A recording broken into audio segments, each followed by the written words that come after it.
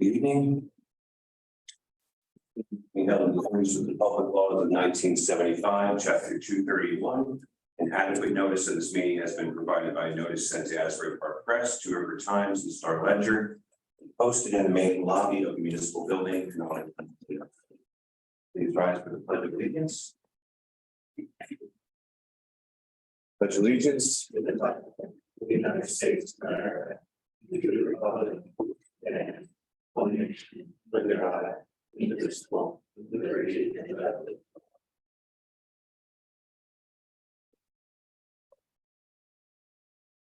Yes. Councilmember Jackson, Here. Member Morandi. Councilmember Sturdivant. Present. Councilmember Trigiano. Here. Councilmember Ballard. Here. Councilmember Ziprich. Present. Yeah. Okay, I just want to run through some proclamations and announcements. And then we're gonna get to the main body of the agenda. First up, we have a presentation of volunteer appreciation from Parks and Rec. Enrico Ciabatoni and Eric Harris.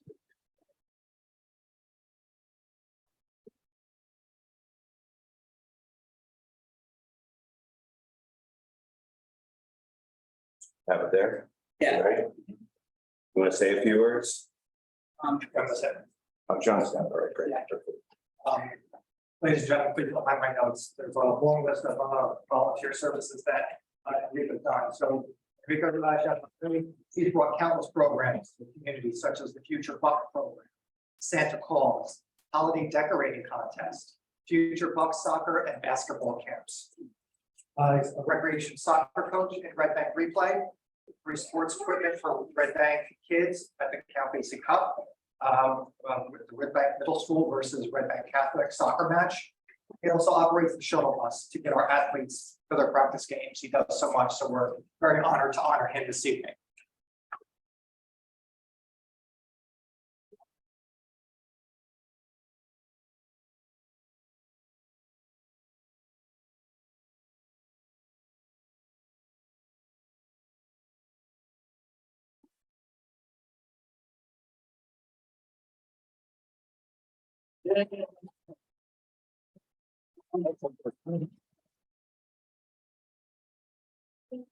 Our second volunteer that we're honoring this evening is Eric Harris. Eric has been assisting the Recreation Department as a volunteer for years. Last year, Eric took the lead on the Buddy Ball program, and that's a program designed specifically for children with special needs or autism. We're very thankful to have him in Red Bank as a member of our Parks and Rec Association, and we're very honored to honor him this evening.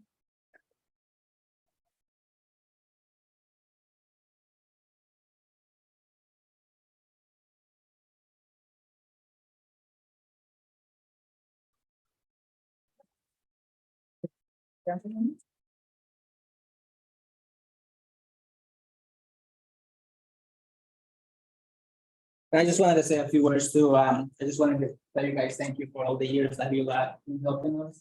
You haven't just helped me in the Department of Parks and Rec, but you have also helped us, guide these children, our children of Red Bank through the different programs work that we offer.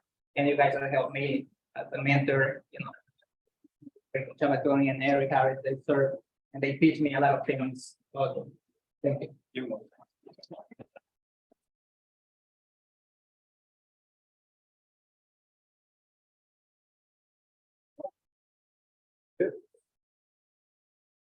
First of all, I would say thank you for this, even though I believe we have this doesn't tell the full story of what it is or what we do.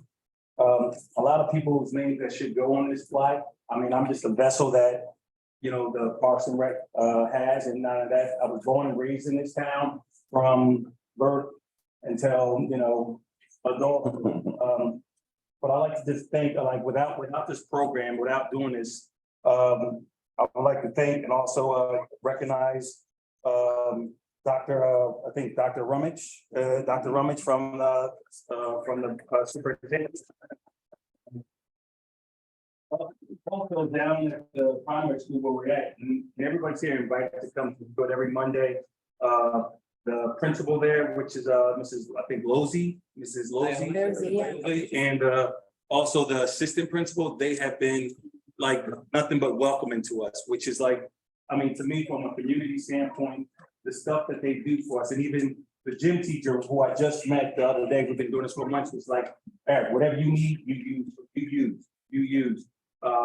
Another woman that I like to recognize, a couple women I like to recognize that got me back into rep starting is Ms. Rose Cecile here. She's been a drive behind me.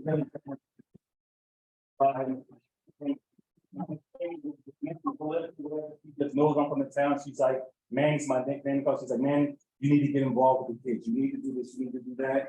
And we have a lot of roses here in Red, and I call it our garden. We have a lot of people that's willing to do stuff, that's willing to help. We usually just gotta pick them out and say, hey, you can do stuff. Another woman I like to recognize here is she also got this. Her name should be first on this plaque, which I didn't know she was coming tonight, is Miss Cassandra Amakuchi, which is right here. Stand up, Cassandra.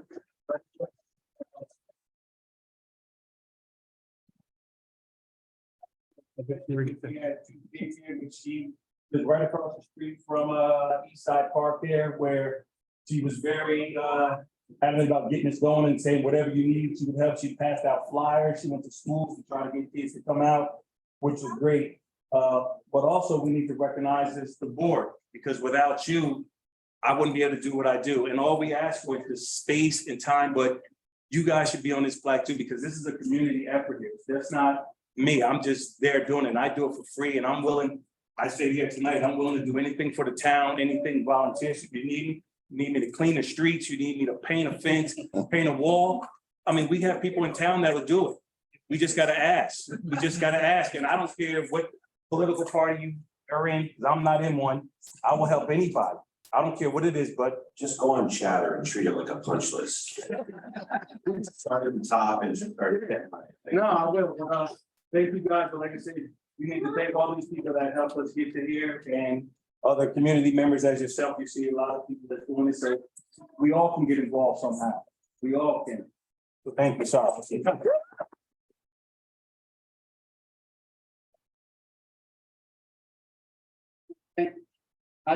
To all the volunteers, Eric, myself, and all the others who aren't here, and then really do need to be on the list as well, but that was really long. We'd be here all night, and these guys have other things to do. But I also want to thank the Parks and Rec directors. I've been doing this now for like 20 years, so I've seen a few of these guys. And they've all been very, very helpful along the way. Without their support through, from the council, through them, we wouldn't be able to do what we do for the kids in town. And having a background similar to a lot of the underserved kids in Red Bank, I know what they're dealing with myself. And so that was reason why I kind of got involved with all this too. Just kind of give them maybe a little nudge, a little leg up from time to time. But yeah, but thank you. All right.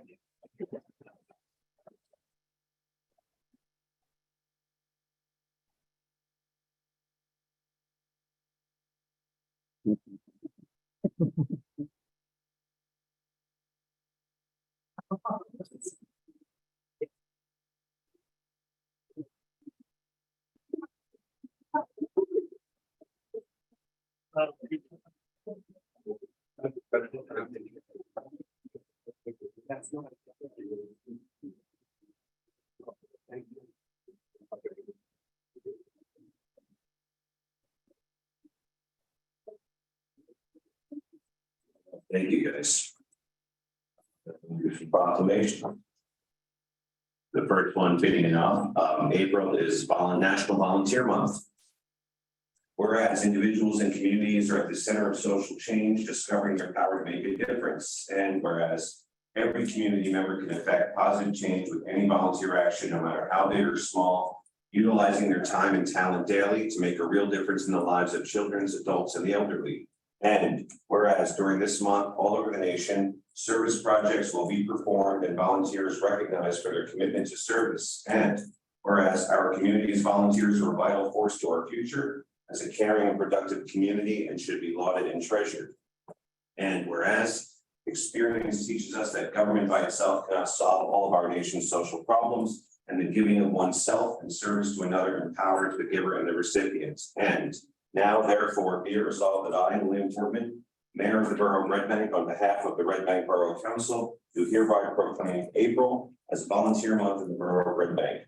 By volunteering and recognizing those who serve, we can make a difference. Witness here whereof I appear unto set my hand this 26th day of April, 2023.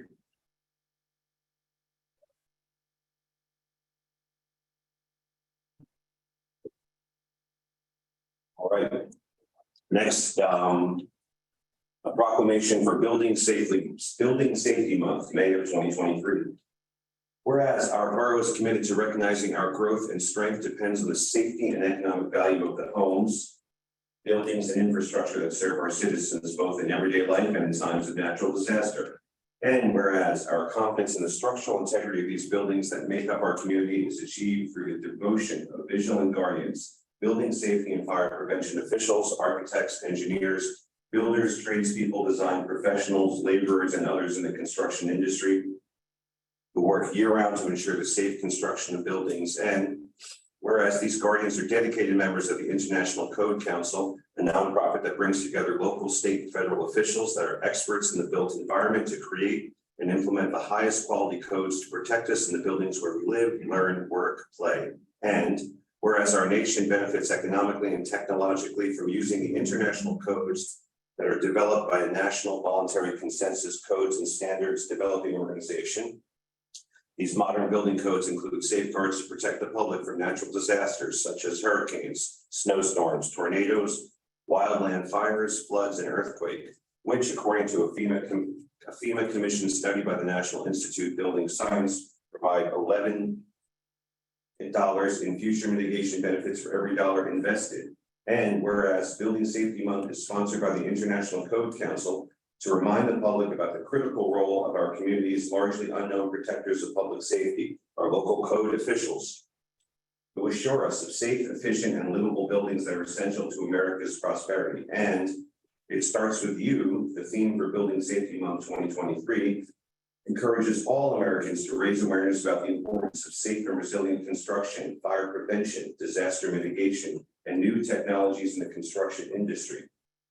Building Safety Month 2023 encourages appropriate steps everyone can take to ensure the safety of our built environment and recognizes that the implementation of safety codes by local and state agencies has saved lives and protected homes and businesses. And whereas each year, in observance of Building Safety Month, Americans are asked to consider the commitment to improve building safety and economic investment at home and in the community. And now therefore be resolved that I, William Portman, Mayor of the Borough of Red Bank, in acknowledgement of the essential service provided to all of us by local and state building departments, fire prevention bureaus, and federal agencies in protecting lives and property, do hereby proclaim the month of May 2023 as Building Safety Month in the Borough of Red Bank. In witness whereof I appear unto set my hand this 26th day of April 2023. Is Anthony here? He is here.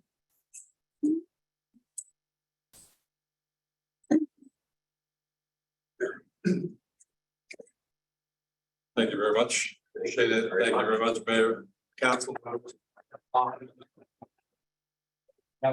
Oh, Chief, I only had about an hour to talk to you about panic. It's very appropriate that we have this and we appreciate it. It's very appropriate on today as we acknowledge our administrative assistants, because most of us as inspectors would be lost without them. Every time we wouldn't know where to go in the first place. So I think it's very appropriate. And to my friends in the fire department, as we always say, thank a firefighter to put the fire out. And we all say, thank an inspector because the fire didn't start. So once again, thank you very much, Christian. Mayor, thank you.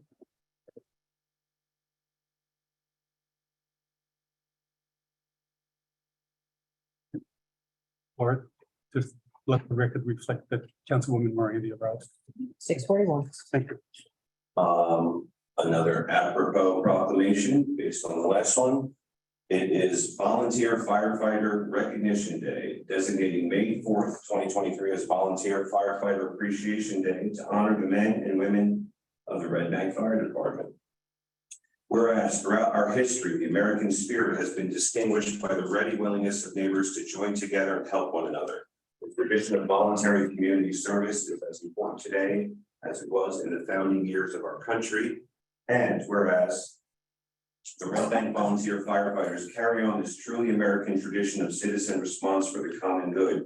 Volunteer firefighters protect our lives, our families, and the economic life of our communities from the threat of destructive fire, often at great personal sacrifice.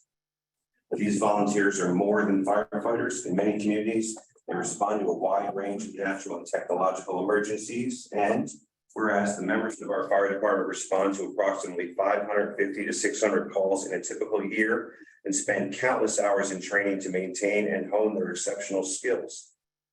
And whereas these trained and organized volunteers, our neighbors, are a valuable resource for our community. It is fitting and proper that a grateful community should recognize the vital contributions of the volunteer men and women who serve in the Red Bank Volunteer Fire Department. Now, therefore, I, William Portman, Mayor of the Borough of Red Bank, do hereby proclaim Thursday, May 4th, as Volunteer Firefighter Recognition Day, and I call upon all citizens of Red Bank to join the Mayor and Council in expressing the appreciation of a grateful community for the exemplary services provided by the dedicated members of the Red Bank Fire Department. The witness whereof I have hereunto set my hand this 26th day of April, 2023.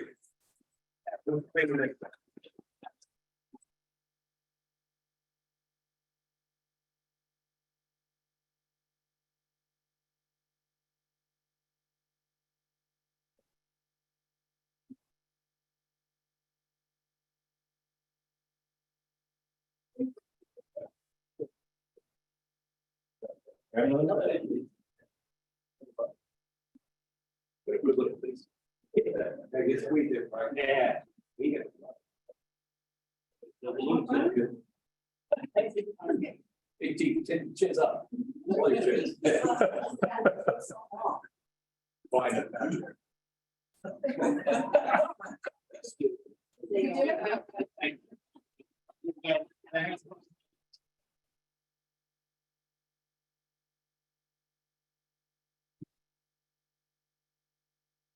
Right, three more. All important. I know.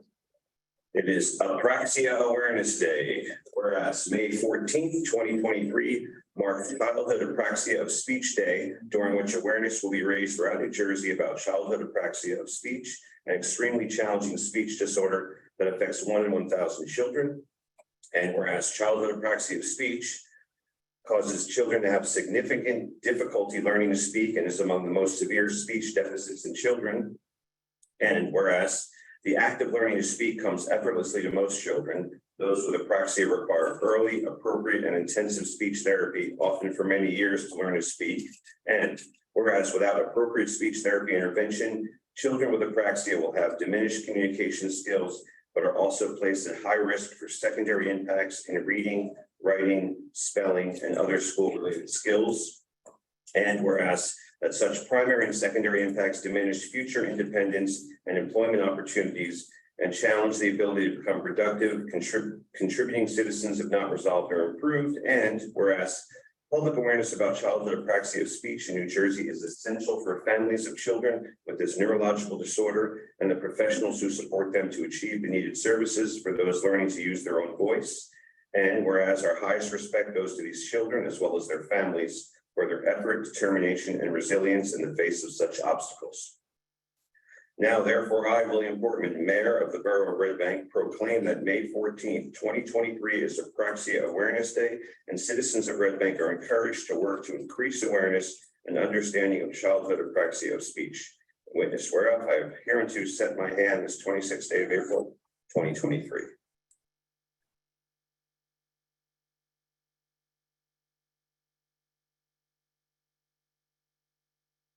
Yay, 2023.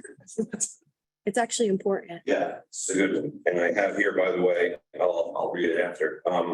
Whereas sexual assault is an intolerable violent crime with public health implications for every person in our nation as a victim, survivor, or as a family member, significant other, neighbor, or coworker of a victim, survivor. And whereas no one person, organization, agency, or community can eliminate sexual assault on their own, we must work together to educate our entire population about what can be done to prevent sexual assault, support victims' rights, and to increase support for agencies providing services to victims and survivors. And whereas International Denim Day has been observed since April 1999 as a symbol of protest in response to an Italian High Court decision to overturn a rape conviction because the victim wore jeans. And whereas every year since 1999, community members, elected officials, businesses, and students have organized to make a social statement by wearing jeans as a visible means of protest against myths that surround sexual assault.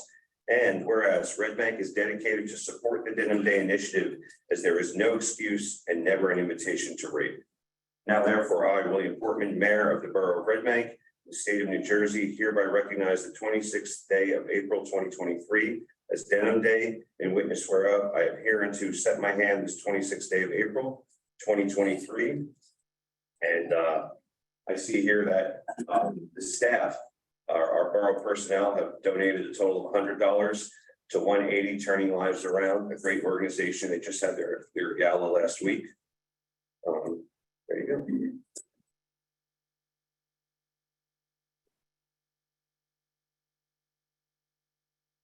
All right, it is National Library Week 2023.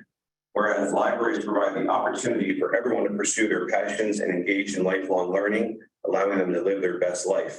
Whereas the Red Bank Public Library, a cornerstone of the community, enhances the social, cultural, and intellectual life of the greater Red Bank area. And whereas libraries have long served as trusted institutions for all members of the community, regardless of race, ethnicity, creed, ability, sexual orientation, gender identity, or socioeconomic status. And whereas libraries strive to develop and maintain programs and collections that are as diverse as the populations they serve and ensure equity of access for all. And whereas libraries adapt to the ever-changing needs of their communities, continually expanding their collections, services, and partnerships. And whereas libraries play a critical role in the economic vitality of communities by providing internet and technology access, literary skills, and support for job seekers, small businesses, and entrepreneurs. And whereas libraries are accessible and inclusive places that promote a sense of local connection, advancing understanding, civic engagement, and shared community goals. And whereas libraries are cornerstones of democracy, promoting the free exchange of information and ideas for all.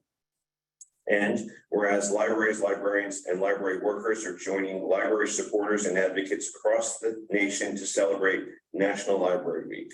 Now, therefore, be resolved that I, William Portman, Mayor of the Borough of Red Bank, proclaim National Library Week, April 23 through April 29, 2023. During this week, we encourage all residents to visit their library to explore the wealth of resources available. In witness whereof, I have hereunto set my hand this 26th day of April, 2023.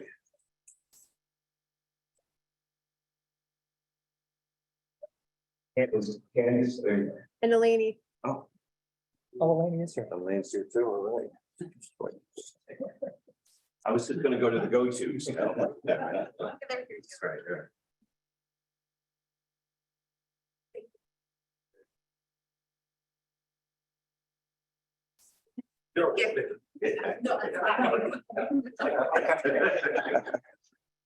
They were complaining.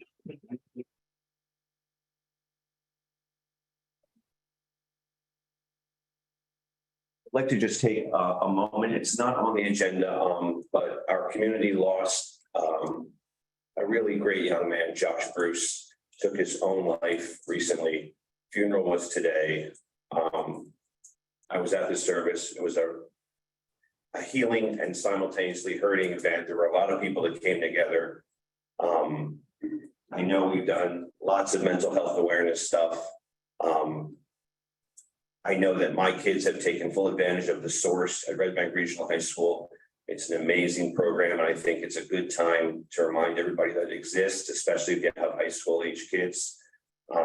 Such a shame, beautiful, beautiful boy, my son's age. So if we could just have a moment of silence, appreciate it. Thank you.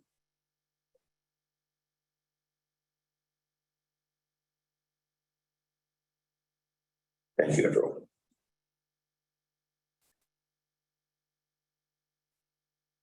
So, get my glasses out, Michael. I'm juggling, the order on a few things just because, the Housing Authority was here till the very end last week and there was, something wasn't ready for them. So I want to jump to do that first, so you guys don't have to spend the entire time here. So let me just find it. It's Mayor, if I may, ordinance 2023-13 is the bond ordinance, the second reading. Oh, there it is. Okay, I'll went to the next page. No, that's 2023-13. Right. That has the cannabis So, Yeah. at 2023-17. Right, here we go. 17, So we're just gonna do a quick, and resolution 2023-113. 23-1. 3-113, right? That's part of it. Okay, so let's do the ordinance first. 123-17, a bond ordinance to the Federal Red Bank in the County of Monmouth, State of New Jersey to provide funding for improvements and or rehabilitation of the Red Bank Housing Authority units. Can I have a motion to open the public hearing on this ordinance only? So moved. Have a second? Second. All in favor? Aye. Anyone have any public comment on this ordinance? No? Okay, I have a motion to close the public hearing. so moved. Have a second? Second. All in favor? Aye. Do I have a motion to adopt ordinance 2023-17? So moved. Have a second? Second. Roll call, Laura. Councilmember Jackson, Yes. Councilmember Morandi, Yes. Councilmember Sturdivant, Yes. Councilmember Triano, Yes. Councilmember Ballard, Yes. and Councilmember Ziffrich. Yes. And before we go over the resolution 23-117, again, I just want to see if anyone has public comment for the resolution. Because you would have had a chance during open public comment. I'm sorry, 113, thank you. Other than, No, it goes to No. 20-117 is the coupled resolution that's in the consent agenda. So both right, have. exactly, yeah, 23-117 is in addition to the, and 23-11. Mayor, 117 is different, Mayor. Oh, that's for the rehab. It's a rehab. Yeah, it's the rehabilitation. Gotcha, so then pull that back, it's 23-113, I apologize. Anyone have any public comment on that one? No, okay, I have a motion to approve resolution 23-113. No. Have a second? Second. All in favor? Aye. Okay, Mayor, I'd just like to say a few words in support of this. I know it's passed, and I want to thank the council and the mayor for supporting this. I want to thank Lisa Richardson, the executive director of the Housing Authority, who's actually it's her 1-year anniversary. So this is an anniversary present for you to take back to the Housing Authority. And I've spoken on this before, you know, this is a historic collaboration between this council and our Housing Authority, which actually hosts 90 affordable units within the borough of Red Bank. It's our largest affordable unit community in the borough. And these units were built 1959, 60, 61. So, and they've never been touched since they were built. And, you know, these residents are our neighbors, our friends, our family. And I think it's important to let them know that we recognize them as part of this community and we cherish and value their participation, and we want to give back to them. This is an investment in our community that's long overdue and will be well used by our Housing Authority. I just want to give Ms. Richardson the opportunity to speak before we move on there, if that's okay.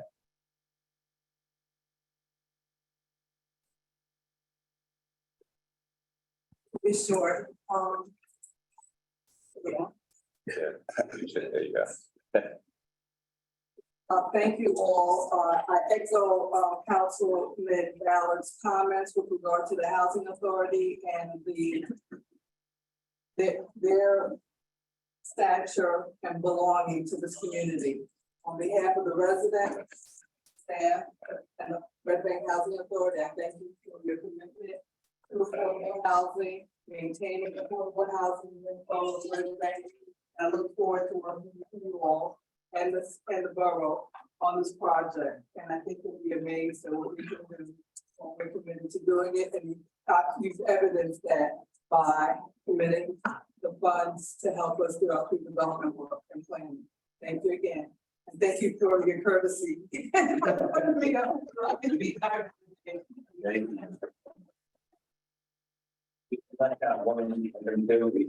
Looking for increasing our affordable housing. Yeah. Thank you. Lisa, I just wanted to wish you a happy anniversary. I was present when you first came on board last year. I can't believe the whole year has elapsed. You know, I sat through a good many conversations on the search, to fill your position. So I think this is a great anniversary present for you and all of the residents of Eric Green and Montgomery Terrace. So thank you for the work that you do. And I just want to also thank my staff. Today is Administrator Appreciation Day. Took them out to lunch. That's a proclamation, Mayor. So those who We are already did that. supervisors and bosses, take care of your staff.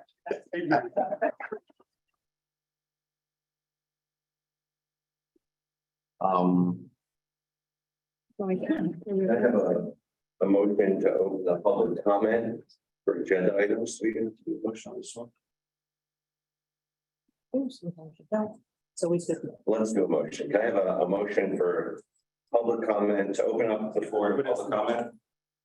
So moved. Have a second? All in favor? Aye. Okay, I'm gonna open the floor for public comment. Two reminders. One, this is for agenda items only. And two, please try to keep your comments to 5 minutes or less. I saw your hand first, Linda.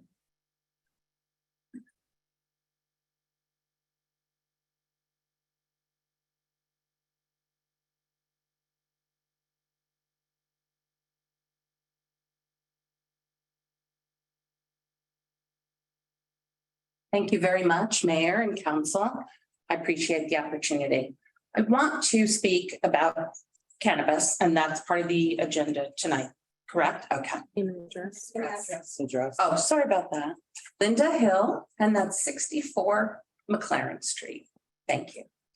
I have spoken to you before, and others have as well, regarding cannabis and the issue with our non-citizens in Red Bank. I have this evening, and I will hand it out when I'm finished, something from the U.S. Customs and Immigration Service, which explicitly says that non-residents, even permanent residents, but I'm sorry, non-citizens are at risk of removal, being kicked out of the United States if they are caught using cannabis, if they distribute cannabis. That actually means, and I do hope that the prospective employers in Red Bank who are going to be hiring folks understand this as well. That means they cannot even legally be employed by any retail or grower or any other cannabis establishment in town. And I know that, Chief, you said you didn't think it would be an issue, but I really believe that our non-citizens, they don't vote, right? So they're not going to be voting on May 9th.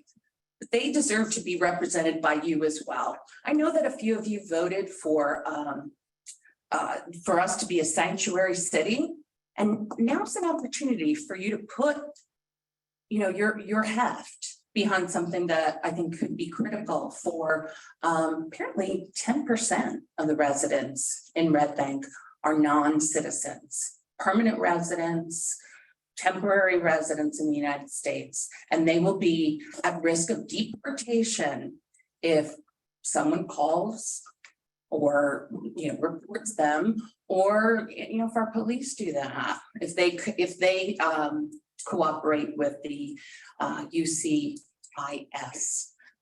agency. So I'd like you to consider that as you move forward. 10% of our residents can't vote for you, but they deserve to be protected. Thank you. Thank you. Thank you. I just wanted to let you know, Linda, the correct term is documented or undocumented. That's it. just so you know. Okay, I'm using the language that US Customs and Immigration Service uses, but thank you so much. I'm telling you the language that the community actually prefers. Thank you. It's for your Thank you. protection of the All right, non-documented. guys.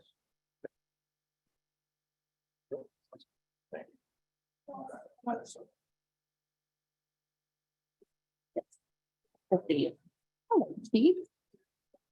I'm good, thanks. Thank you, Linda. You're welcome. Good evening. I'm Phil Blackwood, 34 Chestnut Street. I'd like to read a couple of things from the CREAM Act, which is the New Jersey law that has I can't legalized. hear you, sir, I'm sorry. I'd like to read a few comments or a few sections from the CREAM Act that legalized cannabis in New Jersey. The act is designed to eliminate the problems caused by the unregulated manufacturing, distribution, and use of illegal marijuana within New Jersey. I hope you all agree that it's a good idea. Cannabis is here. The question is really, can people use legal cannabis or are they going to use illegal cannabis? This act will divert funds from marijuana sales going to illegal enterprises, gangs, and cartels. And I hope you'll all agree that's a good goal. Black New Jerseyans are nearly 3 times more likely to be arrested for marijuana possessions than white New Jerseyans, despite similar usage rates. I think, that's something that needs to be remedied, and I hope you agree. New Jersey spends approximately $127 million per year on marijuana possession enforcement costs. And I hope you'll agree that that's not a good use of taxpayer money. Controlling and regulating the manufacturing, distribution, and sales of cannabis will strengthen our ability to keep it, along with illegal marijuana, away from minors. That was part of the state's reason for legalizing cannabis. Also, excuse me, a marijuana arrest in New Jersey can have a debilitating impact on a person's future, including consequences for one's job prospects, housing access, financial health, familial integrity, immigration status, and educational opportunities. Another reason. And finally, New Jersey cannot afford to sacrifice public safety and individual civil rights by continuing its ineffective and wasteful past marijuana enforcement policies. Now, I think that's another good reason that New Jersey has legalized cannabis. But for this to really work, there have to be people growing it. There have to be people packaging it and people selling it. So I would not support placing strong limitations on how many of the different classes of businesses are allowed in Red Bank. And let me point out something that I believe was passed February 22nd, 2023 by the council, resolution number 23-65. It has all the whereases. And then it says, the governing body of the Borough of Red Bank, County of Monmouth, State of New Jersey, has reviewed the request of the Canna Club LLC for a resolution and finds that the borough has indeed authorized the type of cannabis business license being sought by the licensed applicant. Excuse me. And the issuance of a license to the applicant by the commission would not exceed any municipally imposed limit. Now, correct me if I'm wrong, but the council passed that. And I believe the council passed more than a dozen similar resolutions, basically giving businesses the green light to set up business in cannabis in Red Bank. Any disagreement there? Are you just talking about the first step or the resolution was given to businesses so they could go ahead and apply for their licensing with the state? This is resolution 23-65. Right. Which, whatever the exact step that is in the process. To me, when I read it, it says that the council has given this business the go-ahead. Maybe I don't understand all the intricacies, but let me just make my comment, okay? So it sounds like you've given the green light to more than a dozen businesses. And from my perspective, correct me if I'm wrong, business should not have any further obstacles put in their way by the council. So let me just ask a couple questions. First, to Mayor Portman. There's an ordinance on the agenda. This is a yes or no question. Do you believe that it's a good ordinance? No. Okay, Councilwoman Trujillo. I request that you vote no. And to the rest of you, my question is, if you pass this ordinance, why should people trust you? Your time's up, Bill. Thank you. I just want to point out to everybody, as you come up again, if you want to just, we're an ordinance passed already at the last meeting that set limits for how many dispensaries we can have. We're no longer litigating whether or not we should have cannabis in the borough. We're specifically talking right now about where the businesses can be located and distances and stuff. So just keep that in mind as you come up to comment, please. We're only talking about agenda items only. Yes, and Mayor, it's a point of order, if I may. Yes. The planning board made a determination at their most recent meeting. The council hasn't received any correspondence from the planning board regarding this. So as far as the ordinance is on for this evening's agenda, I think we're going to have to table it since we don't have any information from the planning board once again. Yeah, Mayor, permission to speak? Yes. The planning board unanimously rejected the proposed ordinance because they said it doesn't fit into the new master plan. So if we put. No, very clear. I just want to check with the attorney. Does the planning board have to send a written notification to the council? Yeah, I mean, generally speaking, that's what's done. Planning board should submit a written response back to yourself and council. Even if it was a vote in favor of the ordinance, that should still come back because that's part of the record. Anytime you pass or adopt a zoning ordinance, first reading, then it has to be referred to the planning board. They give their thumbs up, thumbs down, and then it comes back to council. So that should be a part of the process. Absolutely. Okay, so then before we take any comment, Councilman Ziprich, I think I will agree with you that if we don't have that from the planning board, I think, we're going to need to table it. I don't think we can vote on it without their official, right? Yeah, so I mean, if we want to take it out of order. Okay, can I have a motion to table ordinance 2023-13? Have a second? Second. All in favor? Oh, no, you gotta do a roll call on that, right? Councilmember Jackson, Yes, to table. Councilmember Morandi, Yes.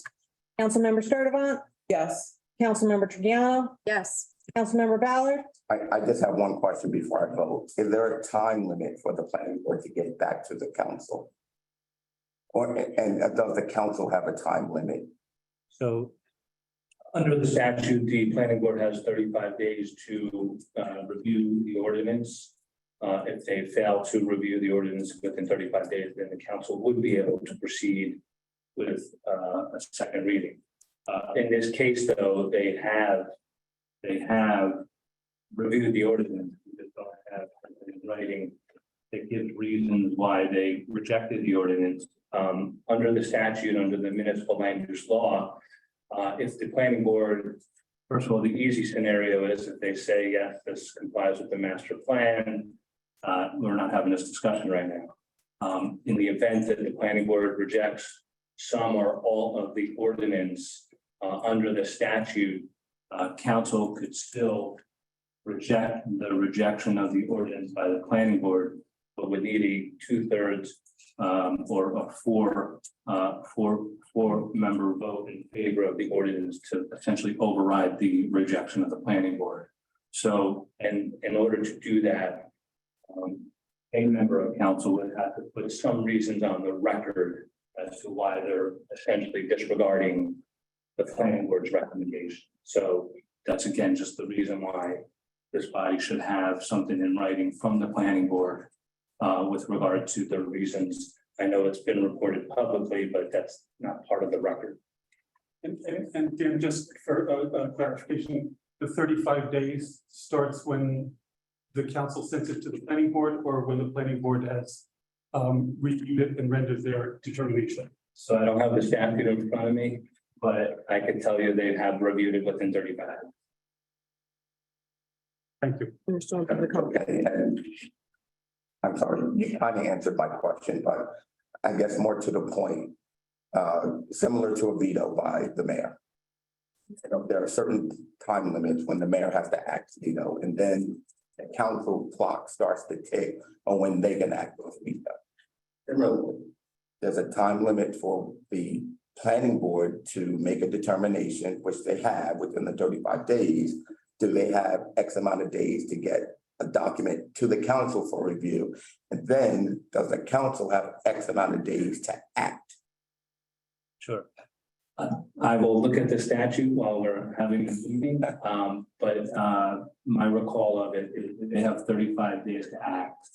So in essence, they have acted. I believe they have complied with the statute. Okay. Does that mean if we never get a written response, that means you can never proceed to a second reading? I'll look at the statute, but they have acted. And frankly, the providing of the written response at that point is just perfunctory. I'll vote to table. Councilmember Ziprich, Yes, to table. all in favor, sir. Okay, that motion is being tabled for anybody that was here, hoping to get a resolution. I apologize. I made a resolution on the issue. I made a resolution pass. The good news is we just shaved at least an hour and a half off of our council meeting.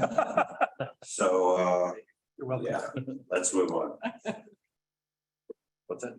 Still in public comment. Yeah, so, yeah, we're still in public comment for agenda items only. Yes. I actually don't have to sit. Rose Sestito, 222 East Bergen.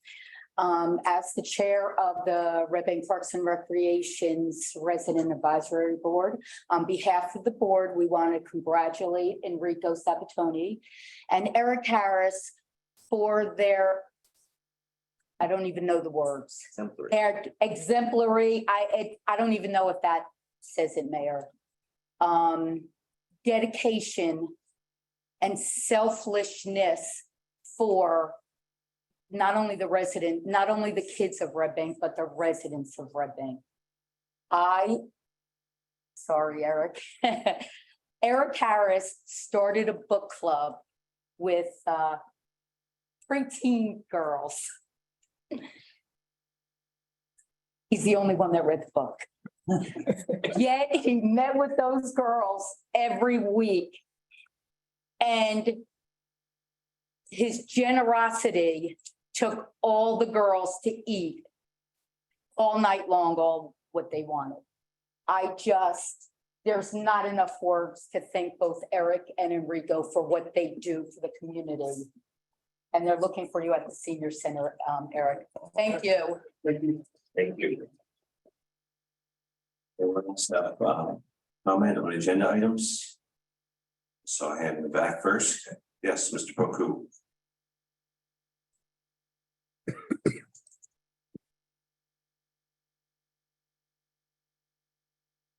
William Poku, 90 Bank Street. Yeah, council, Marty here tonight for basically two issues. A little while back, I asked mayor and council to consider withdrawing from the ADP.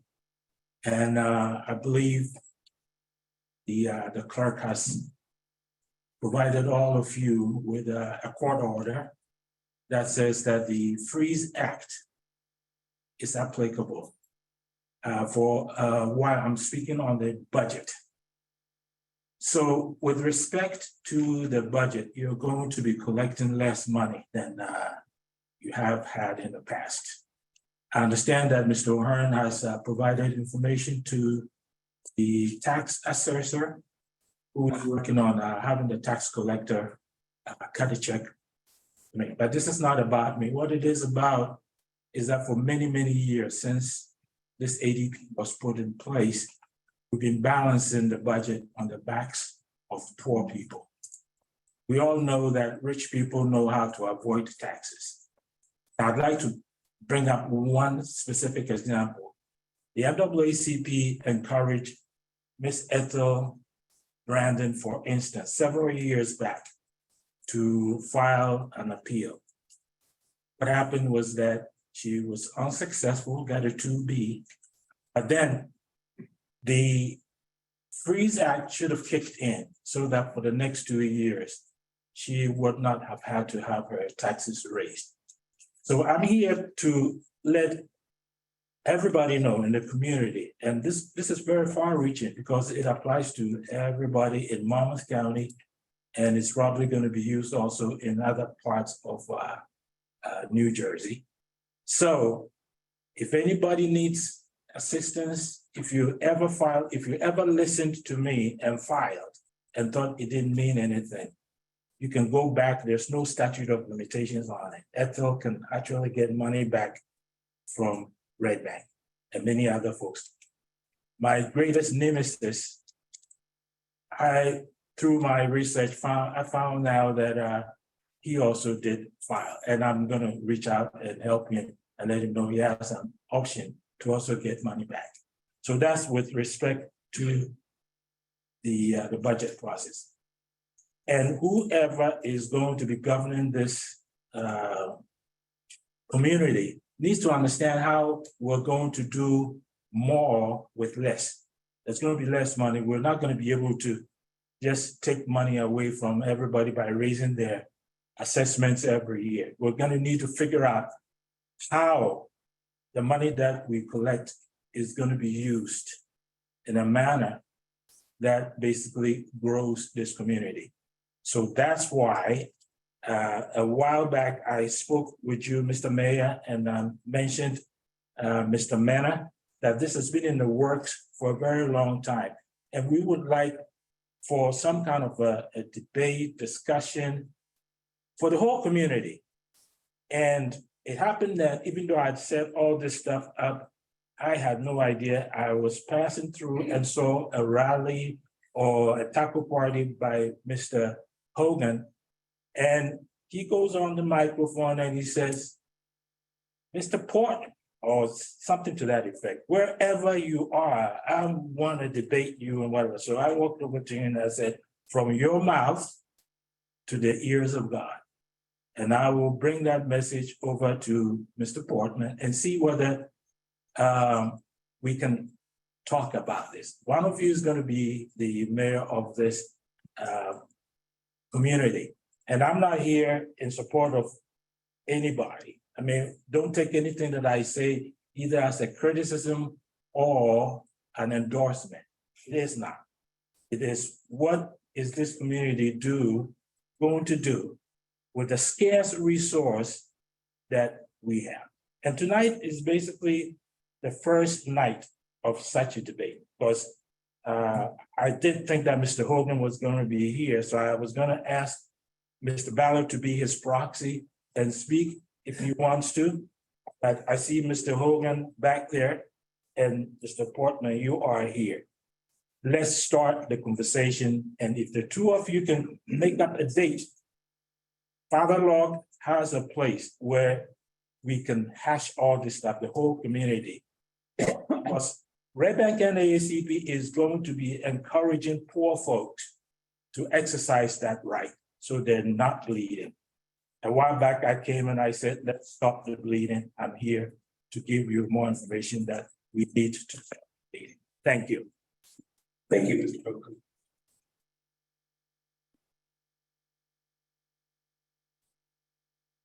Anyone else? Yes. Mayor, point of order. Yeah. Once more, this public comment on agenda items. Yes. So it was a budget item. Yeah, I know, and then we had a tangentialize them. Yes. If the jury could step in. Stephen Heck, 135 Branch Avenue. I have a question about resolution 23118. Is the increase in funds for the parking for circulation and on-street parking. My question is, which intersections have been added? And was any of this covered in the parking study of 2019? Sorry for this feedback. I'm not sure what's going on. Still not sure what's going on. So I don't know the specific intersections off the top of my head, but essentially the original proposal was for intersections from the train station to roughly Broad Street. When the traffic engineer started looking at it, they came back to the borough and said that they had to expand that a little bit to cover intersections just outside of that area because the traffic impact of those intersections affected the ones that were being studied. So they had to essentially look at other traffic lights. I know one was Harding and Hudson by the middle school. I believe another one was Bridge Avenue and Front Street. I think they looked at West and Front, although it wasn't actually an intersection with a light, it was still an intersection with an issue. And there was a fourth one, but I don't recall which it was. And no, it was not covered by the parking study. This was looking at the actual circulation of traffic, of how traffic moves, where what the service levels of the intersections are, and what potential improvements there could be, whether those were retiming of the traffic lights or whether they were one-way, turning two-way streets into one-way streets, things of that nature. So they had to, essentially, though, to answer your basic question, they had to add a couple of intersections to what they originally thought they were going to study. And it was done.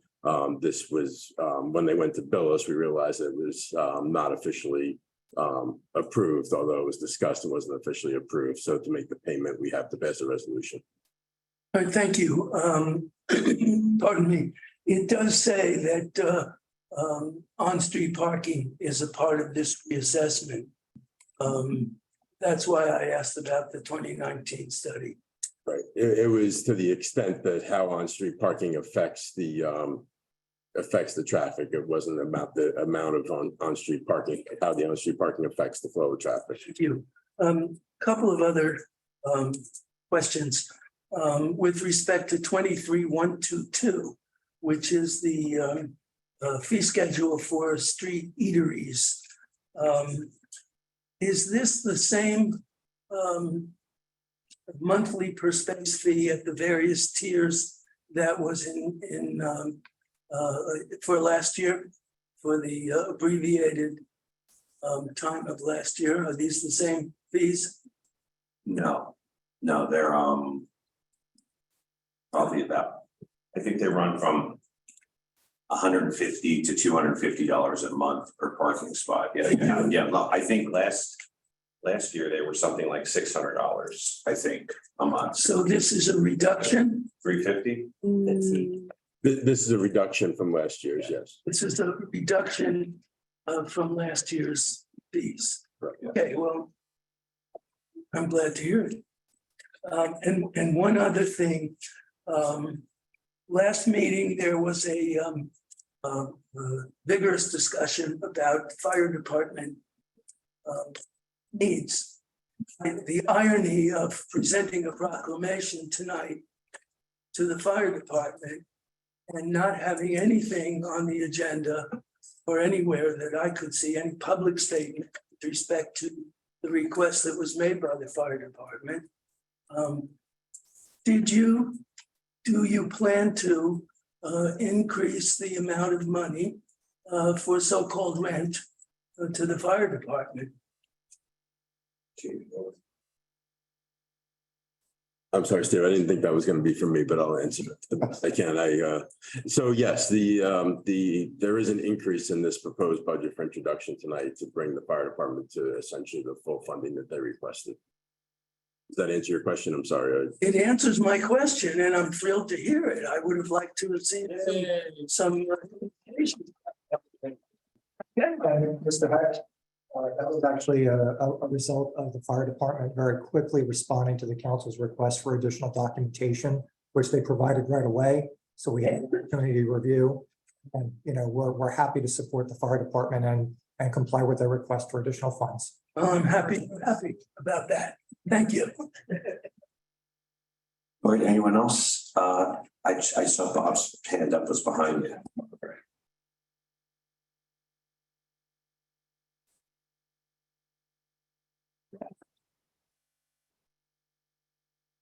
Good evening, everyone. Bob Zuckerman, Executive Director of the Red Bank River Center. We're at 46 English Plaza. I am here tonight to speak on an item on the consent agenda that was just previously mentioned, Resolution 23-122. This resolution is essentially our River Center's most recent proposal for fees for the streeteries. I had gone to a number of the business owners, had spoken to them, and based on what I heard from them, that was what they pledged to us, that was sort of the top of what they could afford. So I appreciated being on the agenda. I know that there is some back and forth I had with Councilman Zimbrich, who attended our last board meeting last week. Thank you for doing that.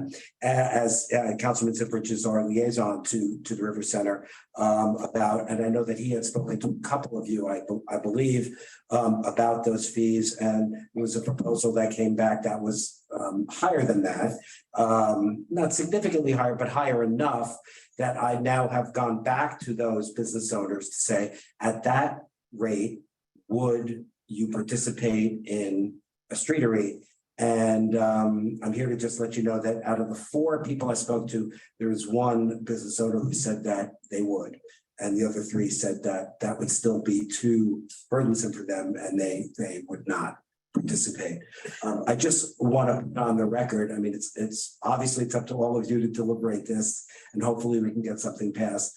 I firmly believe that the streeteries are a benefit to our commercial district. They bring extra life and liveliness and outdoor dining. And I think in a couple of cases, Revenue. And revenue, these business owners. And I think it's a good thing. And I think from a policy perspective, I would love to see the streeteries come back. As I mentioned to the council and to the board last week, I don't know how many businesses will participate if we do bring the streeteries back at a price that they can afford. But I believe that a few of them will. And now that they have enough time, I think that was one of the issues last year. Obviously, the cost was a significant issue because it was a significant increase from 2021. The other issue, of course, was the lateness in the season, dealing with the reconstruction and all of that. So that's just what I wanted to impart to all of you. I just wanted to thank you. I know you and I have been back and forth on that many times, and the sheet has been included. And in good faith, I think in my last email to you all, in talking to my colleagues, we all agreed that streeteries would be a benefit. And I hear that. So, Darren, on this particular resolution, which structure did we end up at? This particular resolution is the one that had the fee structure that River Center requested 150, 200, and 250 tiered. Right, and I just also want to point out that I believe there was an error, which I pointed out to John Ward from Red Bank Green, because he had written that it was the agenda item had it as the same fees as last year. And I did, let him know about that correction, that was inaccurate. Okay. Thank you, Bob. Thanks. Hold on, I had Barbara and then Sid. Go ahead, Barbara. Okay.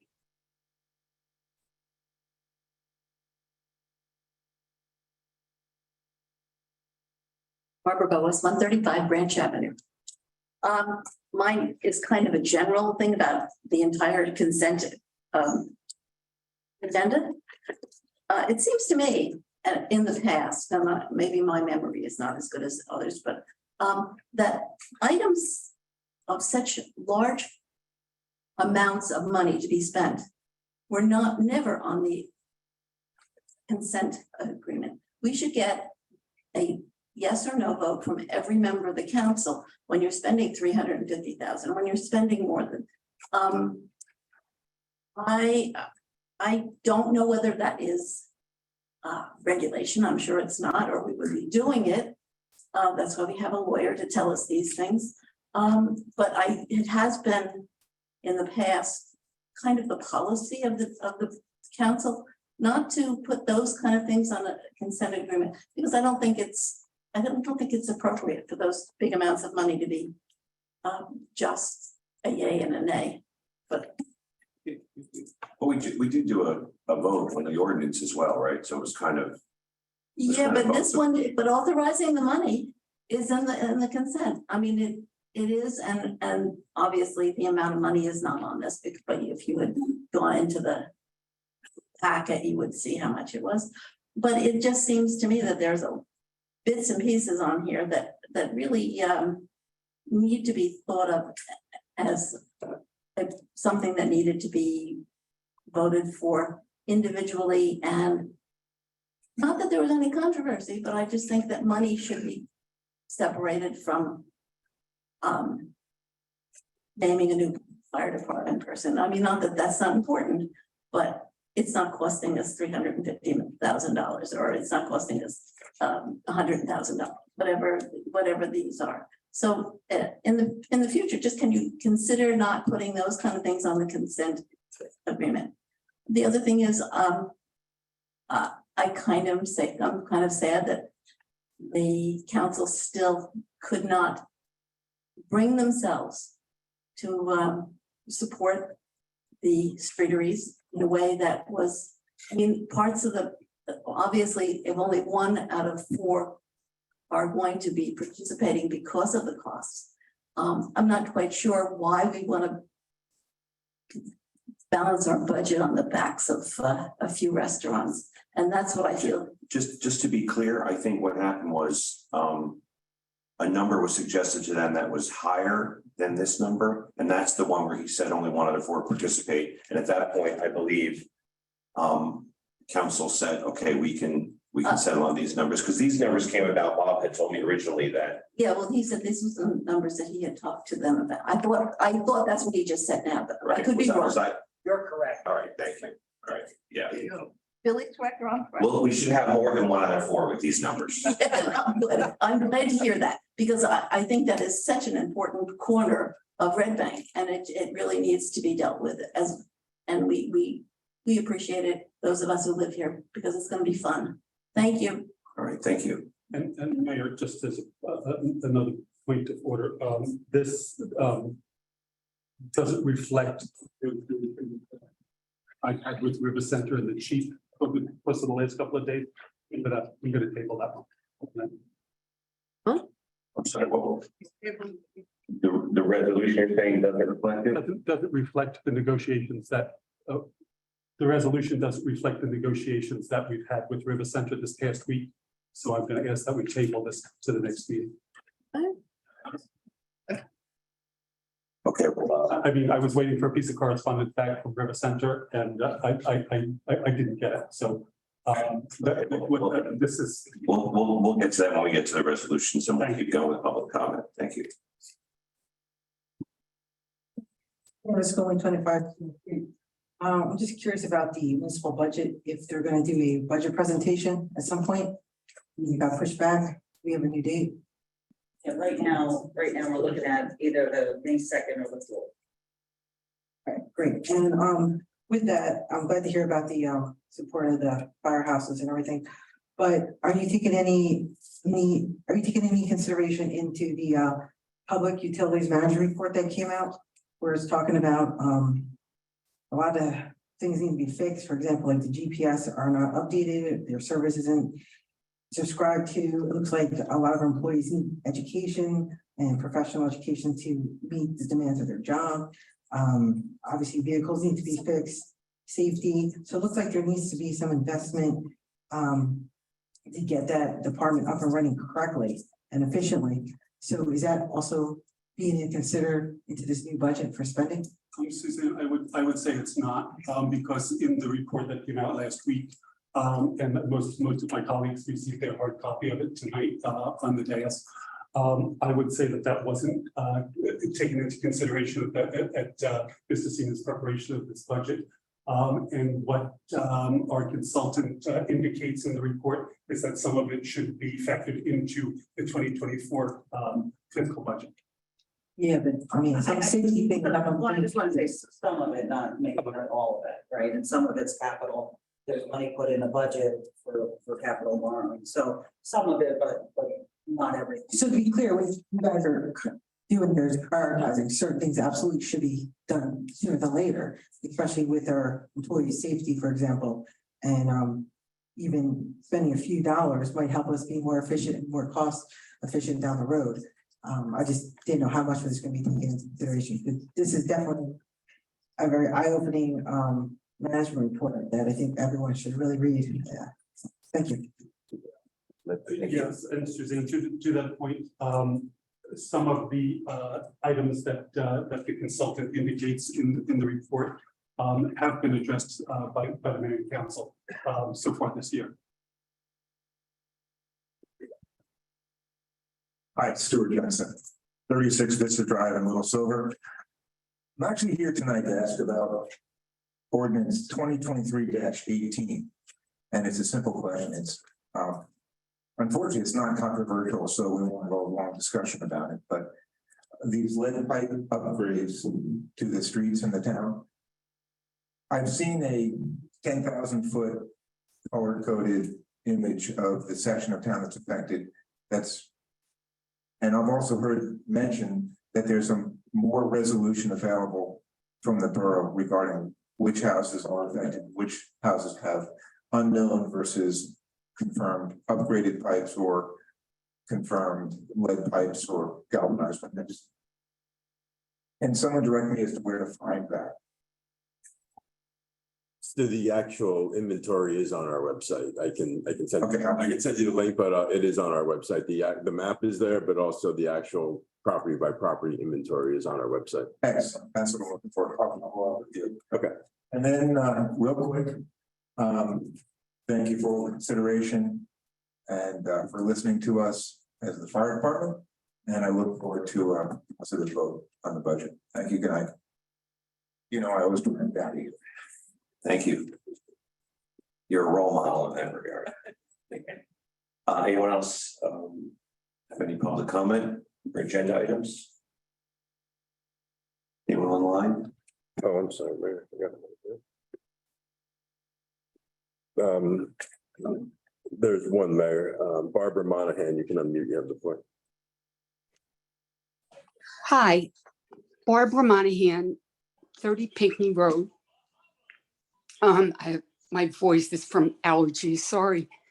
But I would like the opportunity to clarify something because I believe I just heard Linda Hill feigned concern for our undocumented population, which she calls what are they? Non-citizens. Barbara, I'm going to interrupt you. We're not going to address other people who made comments. It's inappropriate. Okay, I will stop then. It didn't sound. Barbara, we're on agenda items only for our public comment. Okay. Then in this case, I just want to say that, make my position clear with cannabis. I am no proponent of any mind or mood altering substance. I don't drink socially and I abhor smoking. I'm the I'm the worst person to come near with smoke. However, I'm well aware that cannabis is here, whether we like it or not. And it's not a boogeyman substance. It's just Barbara, a different. I apologize, I'm gonna interrupt you one more time. We're talking agenda items only, and the agenda item on cannabis tonight is locations, and actually it was tabled, the ordinance, so we're no longer gonna be discussing Okay, cannabis. then. Okay, then, never mind. I'll send you an email, Billy. All right, thank you. There's one more, Mayor. Jeffrey King, you have the floor. Good evening. Can you hear me? Yes. Jeffrey King, 24 Elizabeth Parkway, Eatontown. Thank you for tabling the change. Appreciate you listening to the planning board. Their input is very valuable. It's critical, actually. But more importantly, I want to thank you, Mayor, for the moment of silence. It's a profound loss. Rest in peace, Josh. Good night. Thank you. Thank you. That's all, Mayor. All right, any other public comment? Public comment agenda items only? Okay, can I have a motion to close the public comment? So moved. Have a second? Second. All in favor? Aye. Okay, we have some minutes to be approved, February 8th, 2023 and April 12th, 2023. First, can I have a motion to approve the minutes from 2/8/2023? So moved. Have a second? Second. All in favor? Aye. Can I have a motion to approve the minutes from 4/12/2023? So moved. Have a second? Second. All in favor? Aye. Okay. Next up are some ordinances. First one is for introduction, 2023-18, amending and supplementing bond ordinance number 2023-06, heretofore finally adopted on February 22nd, 2023 by the Borough of Red Bank in the County of Monmouth, State of New Jersey, to increase the appropriation therein to $3,840,000 and to increase the authorization of bonds or notes therein to $3,840,000 and to increase costs provided in NJSA 40A:2-20 therein. Is there a motion to approve on introduction? So moved. Can I have a second? Second. All right. Councilmember Jackson, Yes. Councilmember Morandi, Councilmember Sturdivant, Yes. Councilmember Trigiano, Yes. Councilmember Ballard, Yes. and Councilmember Ziprich. Yes. All right, next up, public hearing adoption, 2023-12, ordinance of the Borough of Red Bank, County of Monmouth, State of New Jersey, amending the revised general ordinances of the borough to amend Chapter 490, Planning and Development Regulations to permit and regulate electric vehicle supply service equipment, EVSE, and make-ready parking spaces, and to create new Chapter 490 electric vehicle supply service equipment and make-ready parking space. That was a mouthful. I have a motion to open the public hearing on this ordinance only. So moved. I have a second. Second. All in favor? Aye. Anyone, you guys are on, if anyone wants to address this? No, Mayor. I have a motion to close the public hearing on this ordinance only. Moved. Have a second? Second. Motion to adopt ordinance 2020. Can I have a motion to adopt ordinance 2023-12? Yes. Have a second? Second. Order the roll call, please. Councilmember Jackson, Yes. Councilmember Morandi, Yes. Councilmember Sturdivant, Yes. Councilmember Trigiano, Yes. Councilmember Ballard, Yes. and Councilmember Ziprich. Okay, 2023-13. I'm sorry, if I may, I just wanted to make a comment. I did have a conversation with the finance chair about electric vehicle charging as we look to the future. And one of the issues that she and I both agree on is that the borough has to be able to measure and project the amount of currency that needs to be charged for the current absorbed as electric vehicles, as we see more and more electric vehicles hit the road. How'd I do, Agent? Pretty good. Thank you. So basically, I think that as we go forward with this, we need to have a process at the borough. Someone responsible for tracking what's the usage costing us? What are we paying? If this is $4, that's covering it. In the future, maybe that's not enough. Maybe it's good. Just somebody who's gonna be responsible for tracking. 2023-13 was tabled.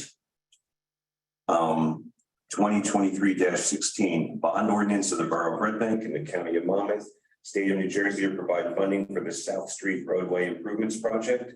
Have a motion to open the public hearing on this ordinance only. So moved. Have a second? Second. All in favor? Aye. Does anyone have anything to add on this bond ordinance? No, Mayor. I have a motion to close the public hearing on this ordinance only. So moved. Second, Second. motion to adopt ordinance 2023-16. So moved. Second, Second. roll call, please. Councilmember Jackson, Yes. Councilmember Morandi, Yes. Councilmember Sturdivant, Yes. Councilmember Trigiano, Yes. Councilmember Ballard, Yes. and Councilmember Zikrich. Yes. Okay, resolution 23-109. Right, I'm sorry, attorney just needs to address a few things. We're just taking a 5-minute recess so we can go over a few things and then we'll be right back.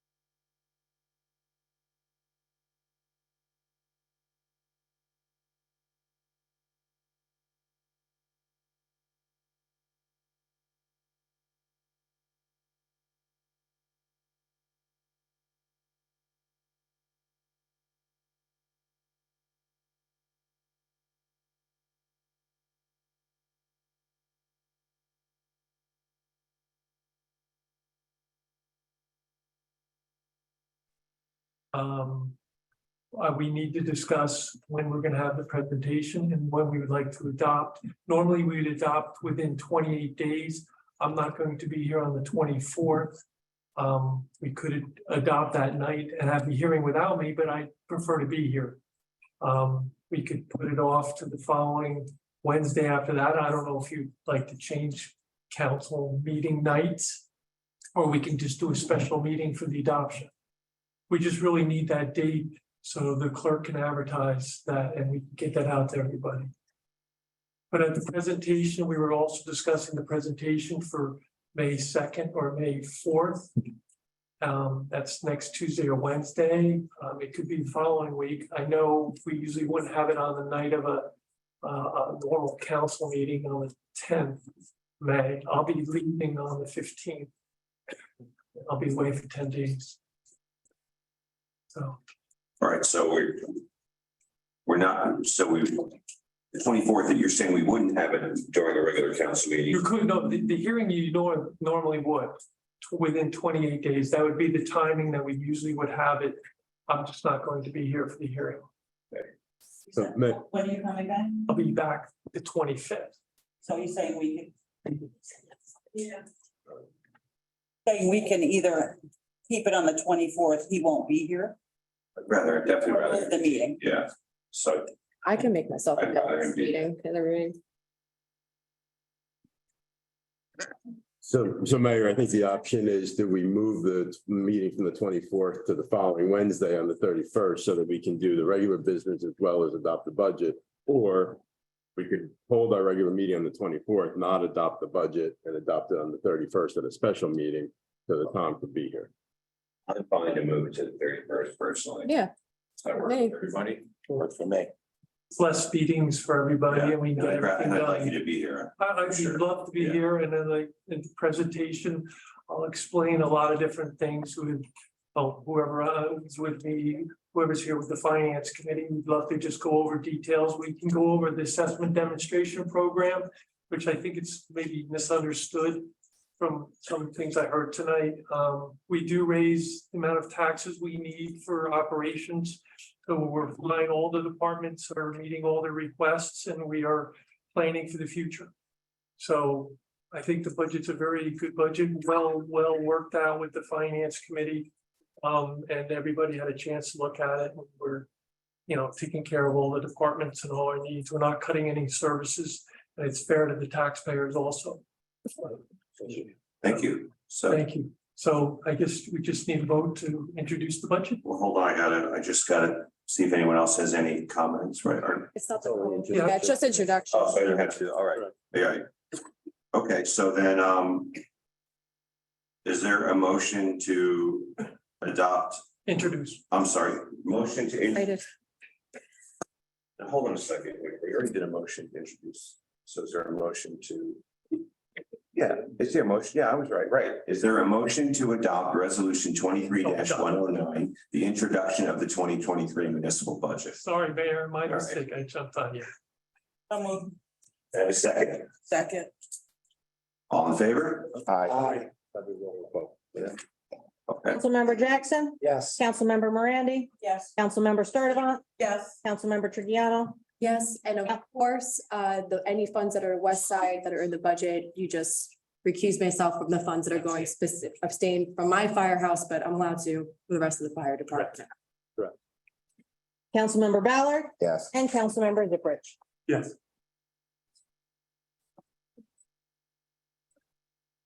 Okay, so, consent agenda. I'm We want- sorry, Mayor, did we set the public hearing? Yeah, we know the Yeah, public we hearing will did. be on I'm sorry, May 31st. May 31st. And then how about the presentation?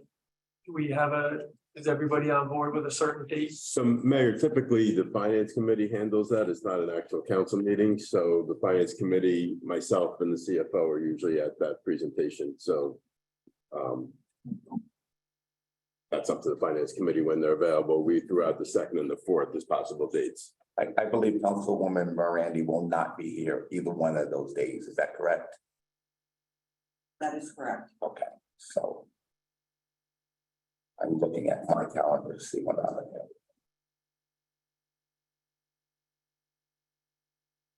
And Mayor, I just need a clarification. Are we moving the Red Bank Council 24th to the 31st, or are we holding a meeting in addition to? We're moving the regular council meeting to the 31st from the 24th. Thank you.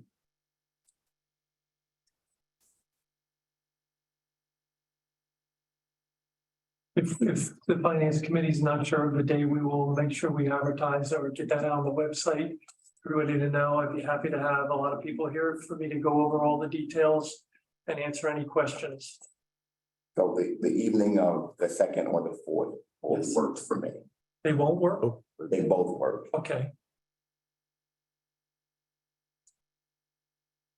I would prefer the fourth. okay. Right. So First next, Tuesday of the month's my finance meeting. we're good, next Thursday at 6:30. That good? Just let me confirm that the room is available here. Real quick. Good. Helpful.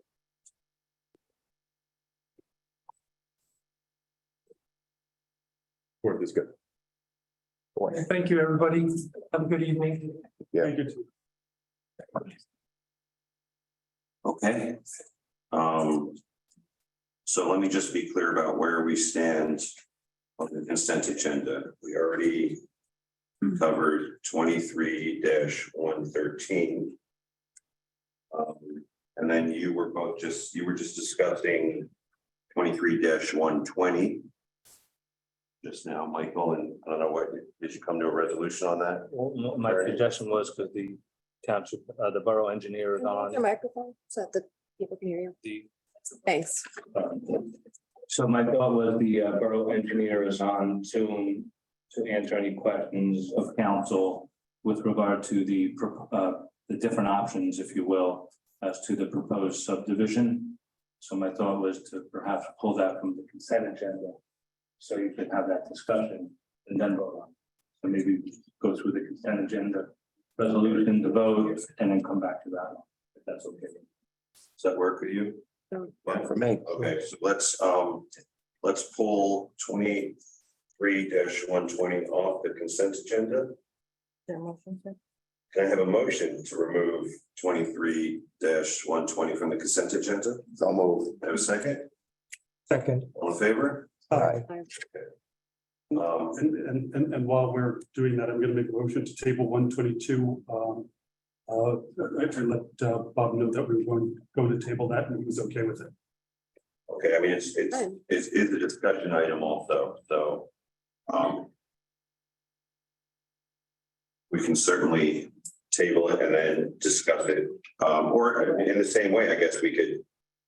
Let's treat it the same way as 23-120, maybe we can come to a resolution on it, and then at that point. You can decide to vote on it.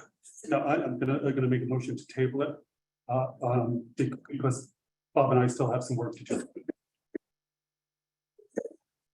I'm having deja vu all over again. Maybe Bob is here, we could just hash it out. Right now, I think it's a numbers game we're talking, so. Well, it has to do with the amount of information he needs to gather from the merchants and the restaurateurs. So he needs to have other dialogue with them.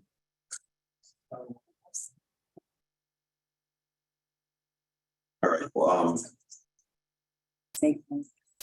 okay, well, I mean, listen, if you're making how does that, I mean, Yeah. A motion to table would take precedent over any other motion at this point. okay.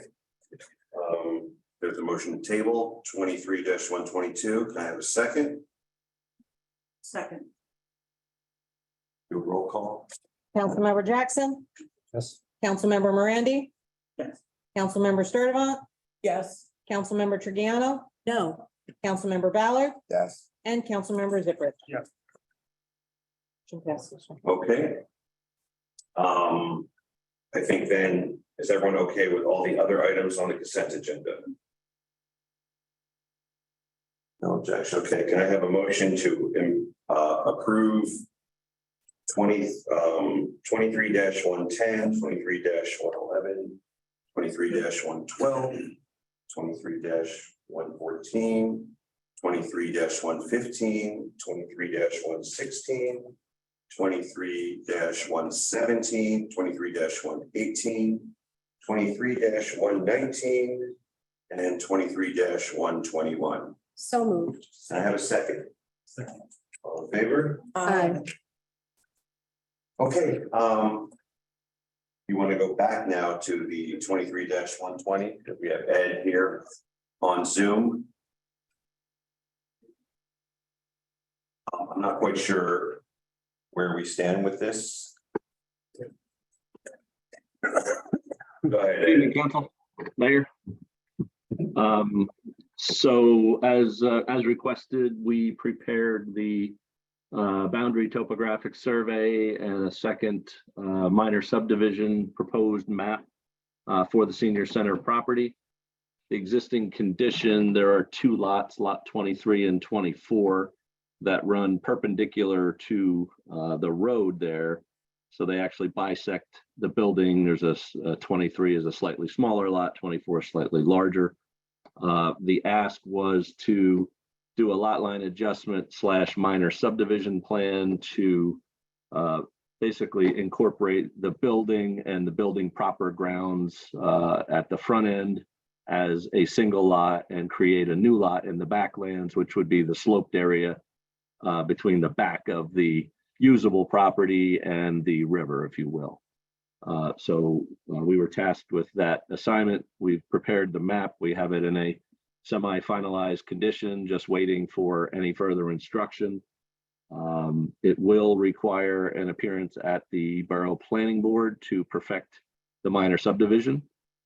I got a legal opinion from the attorneys that it would have to go as a formal minor subdivision upon complete notice, like it would for any other.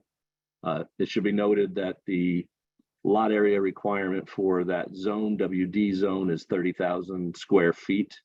The current lots as they exist today are just under the total that would be conforming. So the lot with the building will be a conforming lot, and the backland lot that will not be a building lot, but would be basically a dedicated lot in the back, ultimately would go on the Rossi as a preservation exercise. That lot would be just under 16,000 square feet, a little over a third of an acre. And then that would leave the building proper lot would wind up at about just under 41,000 square feet. And the line was a little bit arbitrary, but it was mainly intended to incorporate the senior center building, the back usable flat area of grass and associated land with the building. And then we also proposed a 10-foot wide access easement to be preserved along the eastern or northern side line to the right as you're looking at it from the street, just for future purposes if there's any need to access more formally to the backland.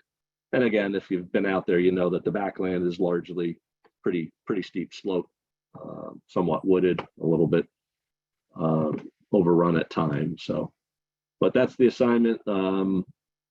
So I think the ask tonight is to have council confirm that they're happy with the map and refer it to proceed to the planning board for consideration of the minor subdivision. I haven't seen the map personally. Haven't either. Heard you describe it, but I'm having a little trouble visualizing exactly. It was emailed to us on the 25th. What's that? It was emailed to us on the 25th. Oh, we all got it on the 25th? Yeah. It was yesterday. Yeah, wait. Are you able to share your screen and show us? I know it's a whole lot of lines and numbers, very small print, but can you show us the product of your work? And so the public can see it as well? Or can Darren or with someone? Can I share my screen? And I think I just gave you the ability to do so.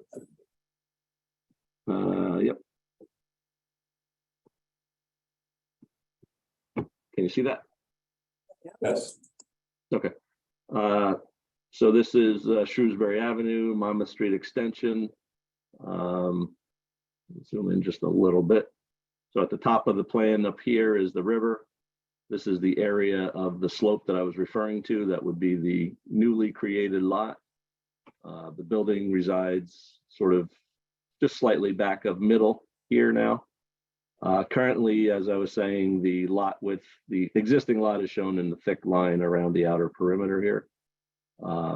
Currently, there's a lot line right here that runs sort of through the building all the way to the back. So we're basically getting rid of that line and proposing a new line here that will basically separate the building and then have the steeper slope and riverine riverside area to the backland. And this area over here would be the 10-foot wide access easement just to preserve any rights to the rear of the property. Is that the only plan? Or was there a second option? No, that was the plan.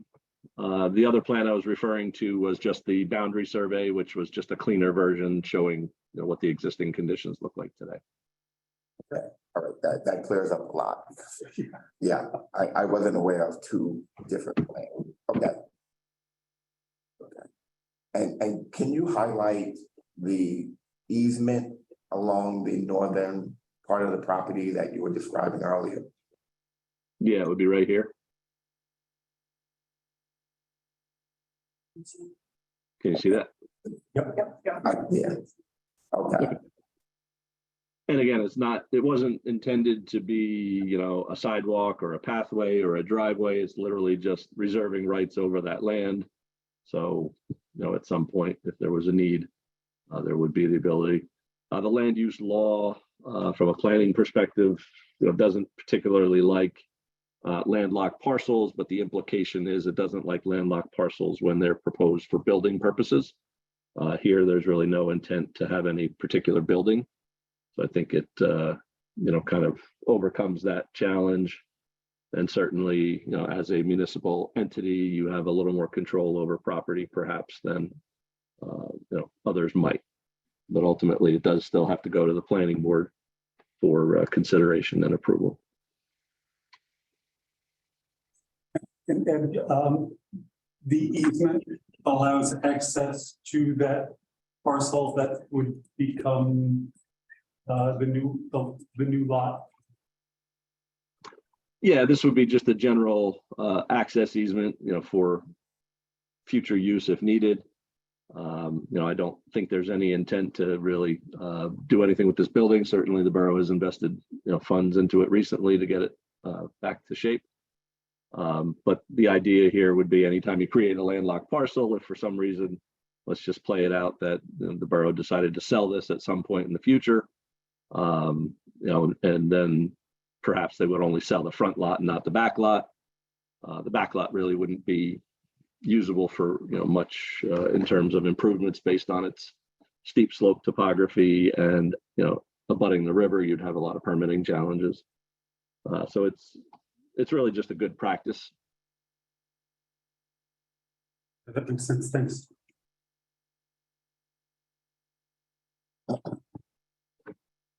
Anyone else have any questions for Ed? No? Okay. All right, thank you, Ed. Our attorney said that, I'm not quite sure. So you're not really voting to authorize the senior center property subdivision, because according to the attorney, that was authorized last year in the fall, right? I remember the exact date. That happened already, so now you're just, I guess, voting to authorize this particular Correct. plan? Right, okay. All right, anyone else have anything to add? All right, then, can I have a motion to adopt 23-120, authorizing the senior center property subdivision? I'll move. And a second? Second. I get it. Councilmember Jackson? Yes. Councilmember Morandi? Yes. Councilmember Sturdivant? Yes. Councilmember Trigiano? Sure. Councilmember Ballard? Yes. And Councilmember Zikrich? Yes. This is the same thing, just have now this refers to what you're talking about earlier, planning board has 35 days to review this, or is that something different? No, that's something All right. different. So, but I guess the next step would be is Ed will be preparing the application and doing all the things necessary to get it application ready before the planning board. And obviously those property owners within 200 feet of the subdivision will receive notification. And I believe we were discussing some dates and we're perhaps looking at I believe a June 5th date, was that it, right? Ed? Yeah, the earliest date we could do would be May 15th, but council, you had indicated you wouldn't be available that night as a conflict. Right, but notice will go out and the planning board will hear the application. And I guess just while I have the floor, I just wanted to follow up with regard to the question earlier about the 35 days. So I just reread the statute. It actually does require the planning board to actually send to the governing body a report within 35 days after referral. So they have to provide it if they so choose. And obviously, if they don't, council could proceed with a second reading. So they have to decide and submit a report all within a 35-day period. And that should happen with any zoning ordinance. I don't know what's happened previously, but that's what should happen. Okay. Thank you, Ed. Anyone else? Thanks, everybody. Okay, discussion and action items. First one is the senior center property subdivision. I think we covered that. I think we just did, right? All right. We have here the street eateries, so. Councilman. Table that. Well, we tabled it, yeah, but I want to just discuss it as an action item here. I just want to get some clarity on what it is what more information do you need before we can make a decision on this? Can we have Bob come up? So I, in my communication with Bob, he said that he had spoken to a couple of people, late in the day, but he hasn't had an opportunity to speak to all the people in the district. The council went back with with another proposal to him that he was supposed to get back to me before we, put this on the agenda. Didn't happen because of his late conversations with his members in the district. So he has some homework to do and come back to me. I can brief the members of the council on it, and we'll put it on for the next agenda. So just to be clear, from what Bob said tonight, the numbers that were proposed in this resolution that was tabled were the highest fees that the business owners felt that they could pay. Now, he had sent that to you and then you had. No, he didn't say that until we arrived on council tonight. Mayor, is That's why I was. Hold on a second. I just want to clarify something. That's why I was sort of befuddled that it was put on the agenda with. Bob, you had never shared these numbers with Ed? I did. I could be mistaken, but I believe I did. Okay. Share with. We had a series of emails that the was copied on during the course of the week. I had spoken to a couple of the council members about the fee structure. We went back to Bob, and the chief was copied on it. And then he was going to communicate with members in the district and then get back to me. So this, I don't know how this got on the agenda tonight. I don't know who put it on. I did. You did? Yeah. Oh, okay. Well, Yeah, I was anxious to get the streeteries up and running. we're all anxious to get them up and running. We have consensus that we want to see them happen, but sabotage. You didn't communicate with me, and I happen to be the liaison. Councilwoman Triana, that's inappropriate. Please keep your comments professional in this chamber. Excuse me, I'm speaking. I'll speak when you're done. Sorry. I'm sure you will, but it's my turn, please. No worries. So just to be clear, you said you went. So. Go ahead. So, Mayor, with all respect, you don't have a vote. You put it on the agenda. You didn't contact me. Did you have a conversation with Bob? That you said that you would put this on the agenda? None of this matters. Yeah, I did. I told Bob I would put it on the agenda.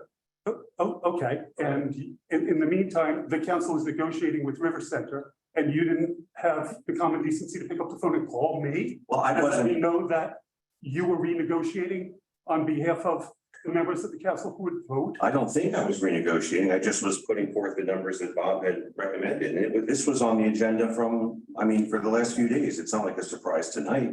Did you read through the packet? It was on As a there. matter of fact, I didn't get all the way through the packet because I was in the throes of negotiating with River Center and Chief and members of the governing body. So, I'd like to just clarify something you said, if I could. sure, go ahead. You said that you went back to Bob after you got his numbers, that, yeah, after speaking to some of the council members, and you got a counter offer. So you had seen the numbers, these numbers that were in These numbers he presented at the last council meeting. I don't, We weren't in agreement. okay, And so we were in the throes of negotiations. okay. And Bob, I know while you're still here, is there anything you want to add to the, Well, yeah. yeah,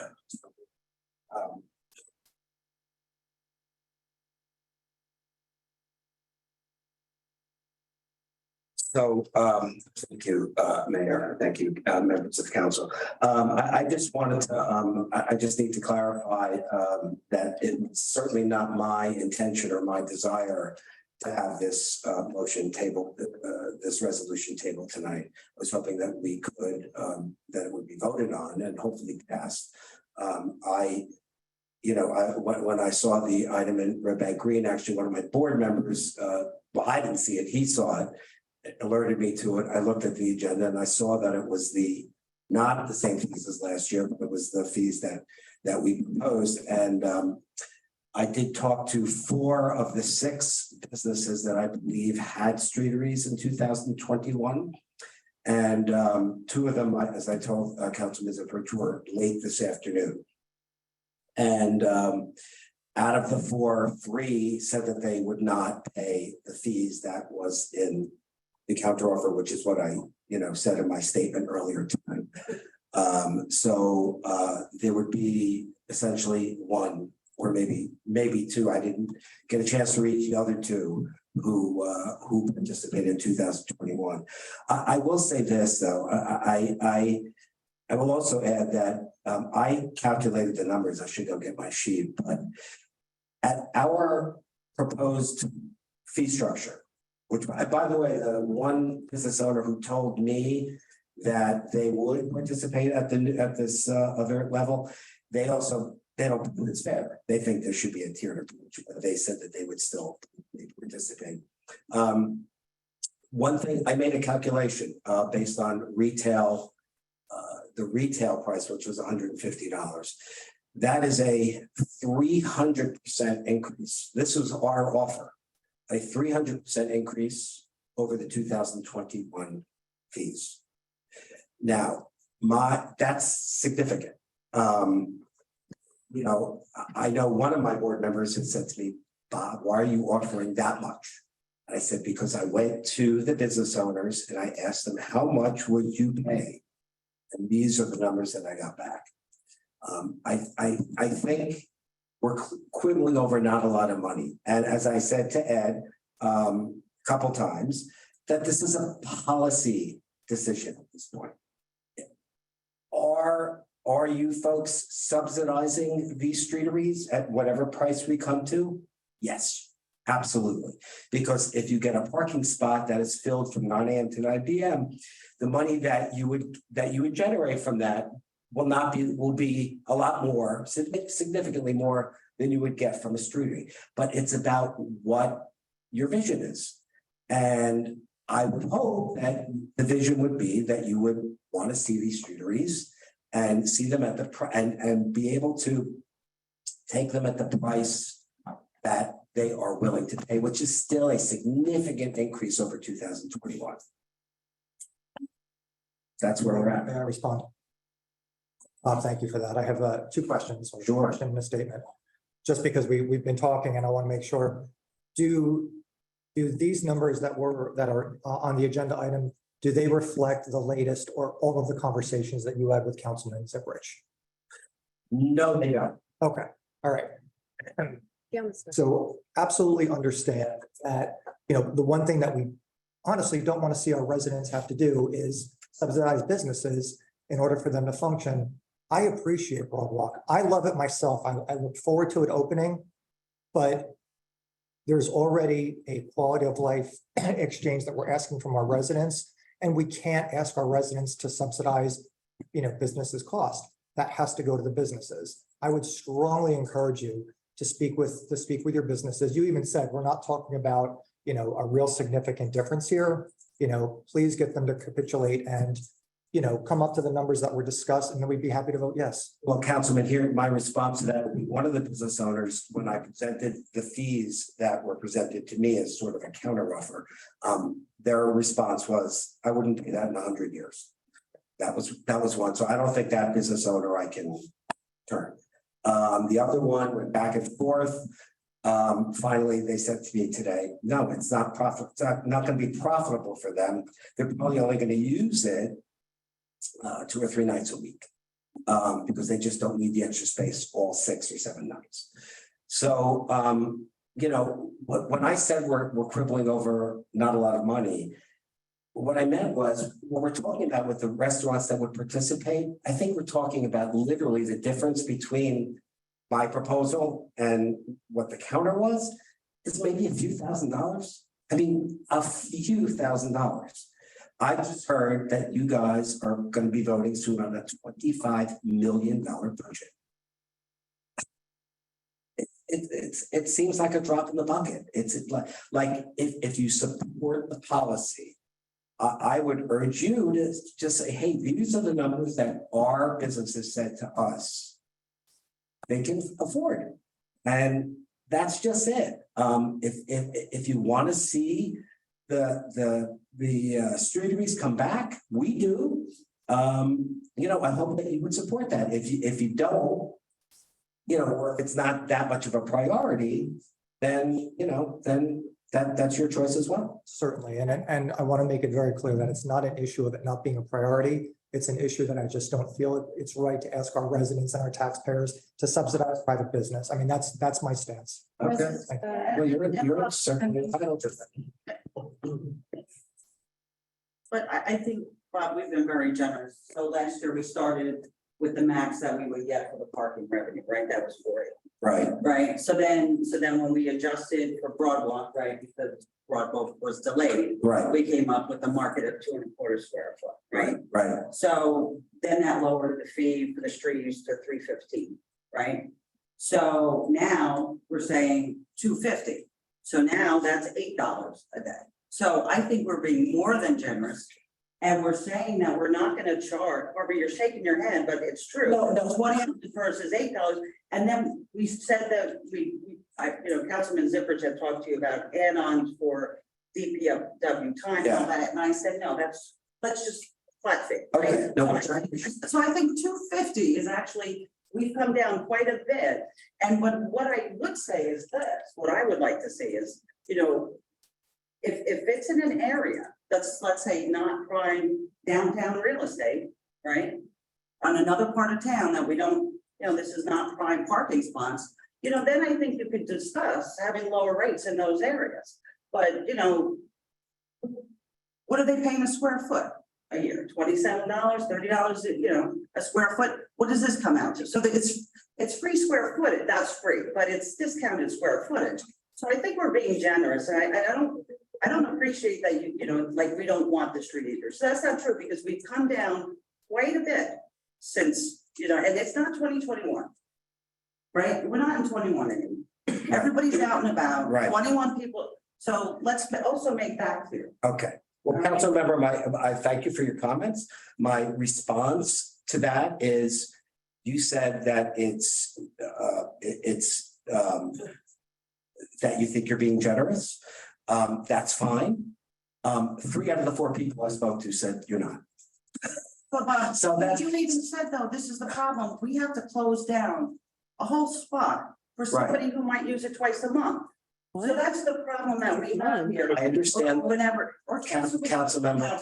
It doesn't matter. I- If we have to put those bollards out, I understand. we can't do that every other day because we don't have the manpower. No, of course not. I wish we could Right. put up something. No, of temporary. course not. I think I said what I needed to say. We support it, our board supports it, our businesses support it, but they don't support it at that price. Mayor, permission to speak. Councilwoman Trujillo. Thank you. Bob, I just wanted to first off, thank you for all of your time, all of the back and forth, every single meeting that you've had to attend, all of the advocacy that you've had to give. I'm obviously in a mega minority here, but I feel like it's important for me to express my support. I just wanted to clarify a few things. You said that this is a 300% increase in fee. Is that correct? For the retail price, the tier pricing Yes. is 300. Okay, thank you. $2,000.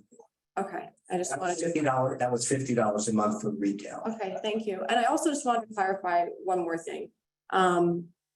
There's an extreme difference in what my council mates keep saying about residents and their relationship with the business district and my philosophy on that. And I think it's important to share in this conversation because it seems to be a common theme up here on the dais.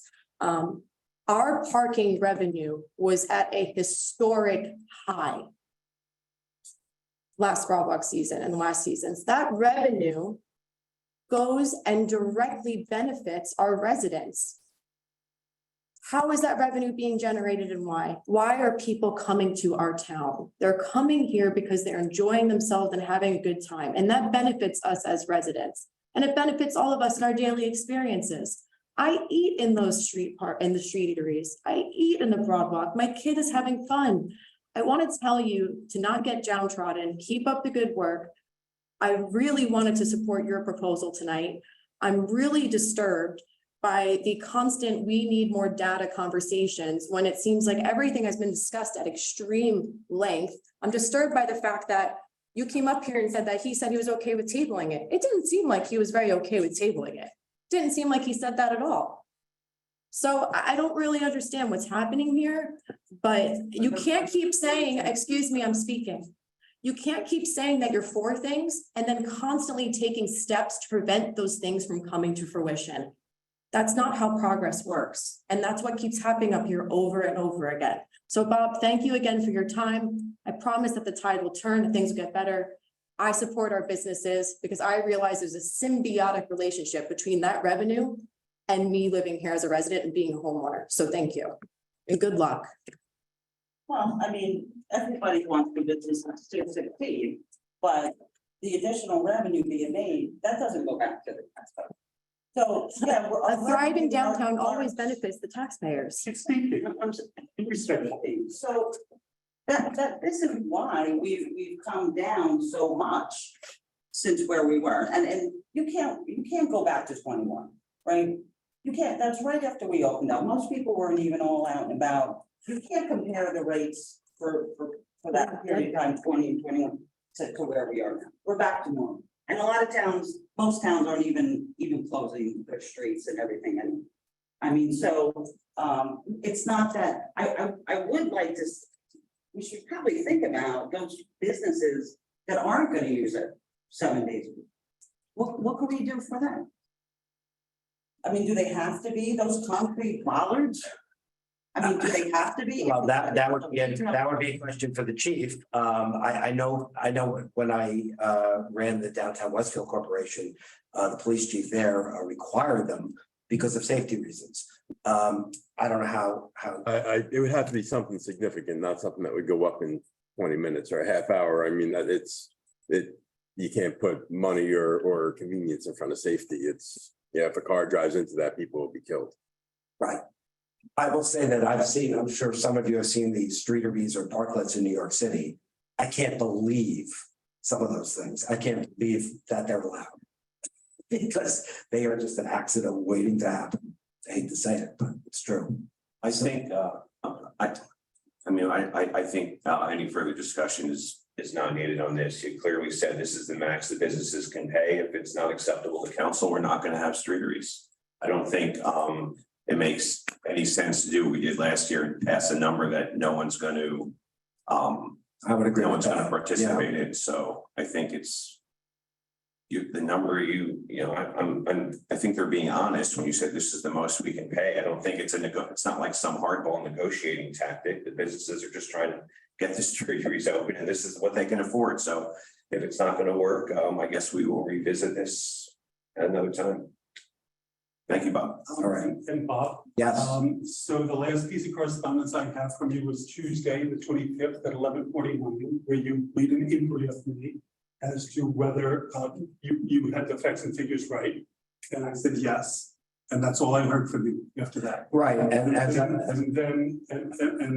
then it ended up on the agenda with your old fee schedule put on by the mayor. So apparently you had a conversation with him and didn't follow back up with me.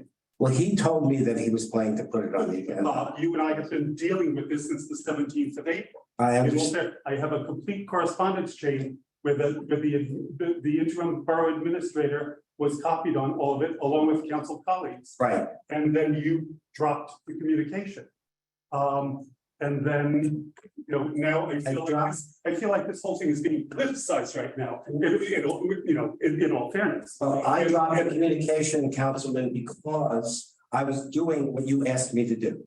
You asked me to go to the businesses and ask them, the ones who had participated in the past, to find out if they would approve or they would participate at the levels that you had suggested. Right. 3, as I said tonight in my opening statement, 3 out of 4 of them said no. You didn't communicate that to me, and yet it was put on the agenda by the mayor. I can't tell what the mayor puts on the agenda or doesn't. That's not my. You guys had a conversation and you cut me out of it. So I think it's a little bit disingenuous at this point. I take issue with that, Councilman. I do. I'm sorry, but I was communicating with you all week long. I told you I wanted to see this happen. In good faith, I negotiated back and forth with you. I contacted my colleagues to see what we could do. I came back to you. I communicated with you effectively, and then we dropped the ball, and here we are. Yeah. Wow. I'm disappointed. So am I. Okay, we have a bunch of special event requests and lawn sign requests. I think these were sent to everybody, Laura. I'll run through them real quick. They all need approval from council. Monmouth FC Soccer wants the Count Basie Field Saturday, 5/13, 5/27, 6/10, 6/24, and 7/8. I guess I'll just read them all. If there's, hopefully we'll be able to approve them all in one shot. JBJ Soul Foundation Day of Hope Walk, Tuesday, May 9th, 11 to 1 p.m. Monmouth Daycare Touch a Truck at the Red Bank Middle School, May 27th, 10 a.m. to 2 p.m. Pilgrim Baptist Church Bike Blessing, Saturday, June 3rd, 9 a.m. to 4 p.m. St. Anthony Procession for the Feast of St. Anthony, Saturday, June 10th, 10 a.m. to 4 p.m. Red Bank Charter School 8th grade graduation ceremonies, Riverside Gardens, 5 p.m. They're requesting that from 2 to 8. Now on Wednesday, June 14th, 2023, rain date Thursday, the 15th. Red Bank AYF AYC Family Barbecue Fun Night, Count Basie Field, Friday, July 28th from 5 to 9 p.m. Appcor is requesting some dates, Saturday, September 9th, Cornhole Tournament on Broad from 12 to 4. Sunday, October 1st, Porch Fest from 12 to 4. And Saturday, November 11th, Veterans Day weekend event, Riverside Gardens, 11 a.m. to 4 p.m. And there's also a request here from Dermer Dreams. They do a food drive, and they're requesting that they can put up a bunch of 18 by 24 inch lawn signs, 10 of them that will go up at friends' homes, in front of a welcome home, lunch break. And then there's one or two 10-foot by 4-foot banners that are installed with their vinyl installed with metal U-posts. They're going to put one on the lawn of a friend's home who lives on Maple next to Craig Kiley Floral Designs. And they're working with the backpack crew now, see if they could also put a banner up by their headquarters on Broad Street. Anyone have any questions or objections to any of those special events? No? No. Can I have a motion to approve? Moved. Can I have a second? Second. All in favor? Aye. Okay, next up, comments from mayor and council. Does anyone have anything they need to add? Like announcements, Mayor? Sure. Yeah, all right.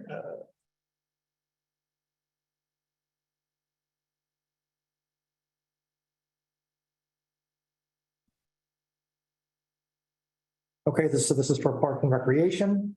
We have a few spring events coming up. Pride in the Park is scheduled for Saturday, June 10th from 1 to 4 p.m. at Riverside Gardens Park.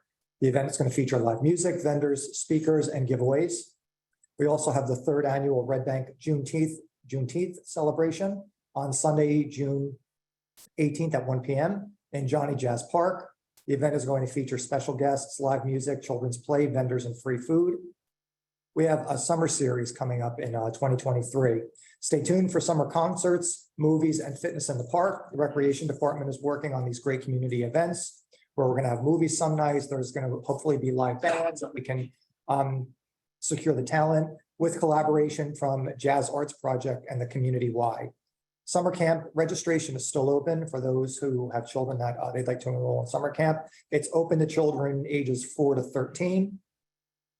And then lastly, as a result of that, the Red Bank Recreation is looking to hire summer staff to work as counselors for the camp program. Applicants need to be 16 years old to be hired. So if you have, students in high school or what have you, or relatives, please let them know they should reach out to the recreation office if you're interested, or also if you'd like to become a vendor or sponsor for any of the aforementioned events. Thank you, John. Anyone else? Jacqueline. Thank you, Mayor. I just have a couple of updates. The first one is from the Red Bank Public School. I think a number of us attended the casino night a few weeks ago. Really had a great time and it was very successful. There are also a number of events that are scheduled for the spring timeframe. And the first one is the primary school concert on May 3rd at 6 p.m. The Red Bank Middle School is also dealing with the changes in lack of funding, less than $470,000 for the schools. However, they did receive another $360,000 to stabilize the aid that they need to support the schools. And then last night, Council Member Zipperich and I went to the first of 3 strategic meetings for the Red Bank Charter School. They're having 2 more events, really focusing on the strategy and growth for the schools. Yesterday's meeting was really focused on the challenges and also strengths of the school and how to move it forward. And the next meeting is in May, and everyone who is interested is happy to attend or able to attend. Thank you. Thank you. Councilwoman Randy, you have anything to add? No? Just to reiterate, so the budget adoption will be Wednesday, everybody, May 31st, and then the budget presentation is Thursday, May 4th. Councilwoman Triano. Thank you, Mayor. On April 20th, the Red Bank Environmental Commission held an extremely successful Green Fair. It was hosted at the middle school. Just want to thank all of the partners that were involved, including Sustainable Jersey and the Red Bank Borough Public Schools. The event is really, it's coming into itself. It's really nice to see higher attendance. It's nice to see the partnership with the schools. And I love the student trash and show projects. That's always one of my favorite parts. So it was wonderful. On Sunday, the RBFD, the fire department, we had an extrication drill. We're using cutters, spreaders, cutting cars. I wanted to thank the recycling yard for allowing us to be there. And Little Silver for coming out and training. I think it's important to always reassure residents that there is training happening. That there is training happening on these tools, cross-training between the firehouses. I'm a part of a water company, but it's important for us to get our hands on those tools in case an emergency happens and we have to be out there. So thank you for department leadership for facilitating and taking their time out on a Sunday, and the members of the auxiliary for being there and providing aid. And what else do I have? That's basically it for now. Oh, no, on the sad side, I just want to say thank you for having a moment of silence for Josh. You know, him and his family are Red Bank staples. You know, I've known Josh's mom since I was a kid. And they're just a creative, lovely, brilliant, beautiful family, and they attract creative, lovely, brilliant, beautiful people in Red Bank around them, and they dedicate and give so much to the culture of this place and everything I love about it. So my heart goes out to his family and his friends, and it was an extremely emotional day. And yeah, so thank you for taking that moment. Councilman Ballard. No report there. Councilman Zubrich. Thanks, Mayor. Just a couple of things. Just to follow up on Councilmember Sturdivant's comment on the strategic planning meeting at the charter school last night. On May 15th, they will be holding their second strategic planning meeting, which will focus on vision planning. From the senior center, we've disappointingly met with more supply chain delays. While Jackie and the seniors were hoping to be back in there on May 1st, those delays will slow things down probably by another month unless the chief has any additional information on whether we can get in there. I know doors and windows were mostly done. They had a couple that were still to come. Sorry, I didn't mean to interrupt you. Yeah, I'm going there tomorrow morning to meet with Jackie Terrence and the architect and the contractor. We're hoping a little bit less than a month, but at least 2 weeks, I would say. So we give notice that we're leaving the church. We have not yet because we don't have a firm date yet on the senior center. 3 months. No, it's not that long. No. So we're on a month to month. I believe we're on a month to month. Yeah, as soon as we have a better date, I just didn't want to prematurely. We've met with a lot of issues, as you know, so I didn't want to give them a date prematurely. And then lastly, we were supposed to have a DPW meeting this morning, but unfortunately I was pulled away, and we wanted to review the management report that Gary produced for us. And I know Terrence was in an examination this morning, and we did extremely well. And we'll revisit that in the week to come, along with a meeting that we have to schedule. Just want to add, very exciting. I know we're moving ahead with the East Side Park improvements. I think the contract was awarded, and I'm excited to have those tennis courts all cleaned up right in my backyard. One thing I learned at the Green Fair, and my wife was so excited, is that the library has a seed bank. So cool. She ran over, she got a bunch of seeds for the garden. Her neighbor had some compost they were making, so the garden's ready to go in. I think that's it. Yeah, one other thing. One sure thing. I just wanted to express my condolences to the Harry Belafonte family. I had the pleasure of meeting him a few times and having great discussions. We've lost a major civil rights advocate, leader. You know, a lot of the things that I have access in terms of education, jobs, and so forth is due to a lot of what Mr. Belafonte did, and I'm going to miss him greatly, even though he had a long life of 96 years. Thank you. Okay, open it up for any public question or comment. Steve.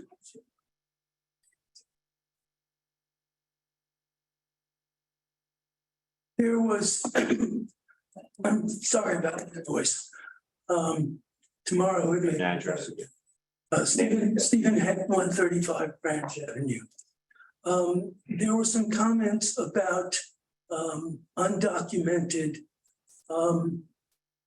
residents possibly running afoul some law with respect to the cannabis businesses that may find a home here. I wanted to ask the attorney if he could comment on the comments that Ms. Hill made. Are we putting residents in danger? I mean, first of all, I would say that it's speculative, right? I mean, to the extent that cannabis is now legal in the state of New Jersey, it's my understanding that under the federal law, it still is not. You know, I don't believe the police department and other police departments throughout the state will be doing anything with regard to, recreational marijuana. But I think frankly, it's up to that individual. I mean, we, here in the state of New Jersey, it's illegal to drive under the influence of alcohol with a blood alcohol content of 0.08 or above. But the borough here and any other municipality in the state of New Jersey can't determine or control or limit someone from consuming alcoholic beverages. So frankly, I think it's too speculative. If that were the case, I don't think this legislation would have been passed. So I'm not trying to be evasive of my answer, but it's just speculative to determine that, yes, these individuals will be at risk or not. I think everybody has an individual choice to consume alcohol, for example, or ingest in cannabis. It's up to that individual. The difference between a DUI and what we're talking about here is that it affects a class of people, irrespective of their behavior. I mean, of course, the federal authorities, and I don't have any answers here, but if indeed Ms. Hill's comments are reflective of the reality, then I think that our businesses and perhaps other elements of government need to take this class of our residents and give them fair warning. I don't think this is just a matter of an individual decision, because there is so much ambiguity with respect to what is legal statewide and what is legal federally and so on. So it is of concern, and I think it should be of concern to the council and to us as fellow residents and would-be citizens, that we not put a class of our people in danger. And that we make sure that we have an education program that reflects whatever the reality is. And I don't presume to know what it is. One other thing, and that is that the dialogue with respect to the eateries is sad. And it is exactly why the borough form of government, where you have government by committee, subcommittee, isn't going to work, doesn't work, has been repudiated. I see no change in anybody's behavior with respect to the fact that you've been repudiated. That form of government has been repudiated. One of our council people has reminded, or two of our council people have reminded us that they are still in control. And that, of course, is the reality. But whatever you do at this point becomes history. And so you're doing what you're doing in public, and what happens when it's public. Thank you. Yes, Linda. Thank you.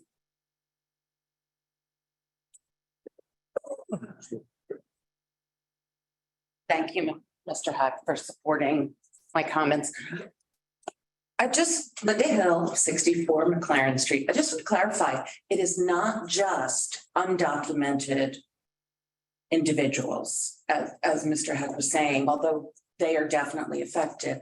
It's also people who are here with a green card and are permanent residents but are not citizens. I suggest, sir, that you speak to perhaps the NJ chapter of the ACLU, because I know they're very concerned about this. Maybe it's speculative to you, but I think that we owe our residents more than just that. So I really do hope perhaps you'll look into it a little and maybe educate the council, as it really is important. Thank you for the opportunity to come back up. Thank you. Anyone else? Jimmy? So over to the public, right? Yeah.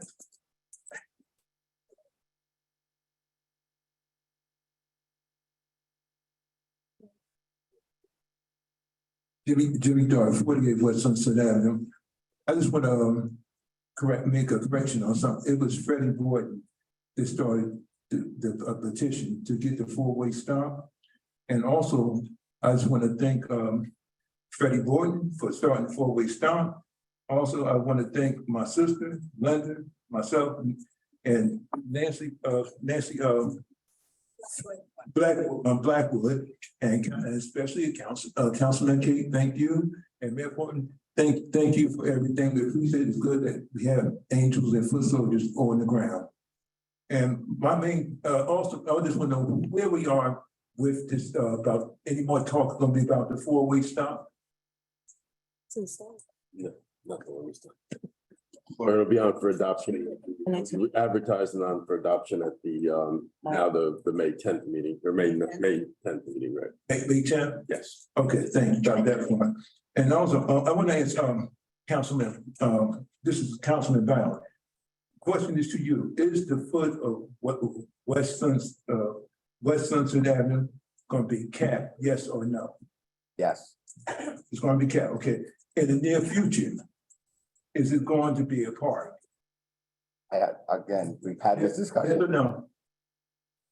I have no idea of any parks that are planned down there. The only thing the borough is responsible for, and that I'm aware of, that by May of 2024, we need to have it capped per state DEP regulation, period. Apologies. By May 2024, Red Bank is required to cap that property by state regulation.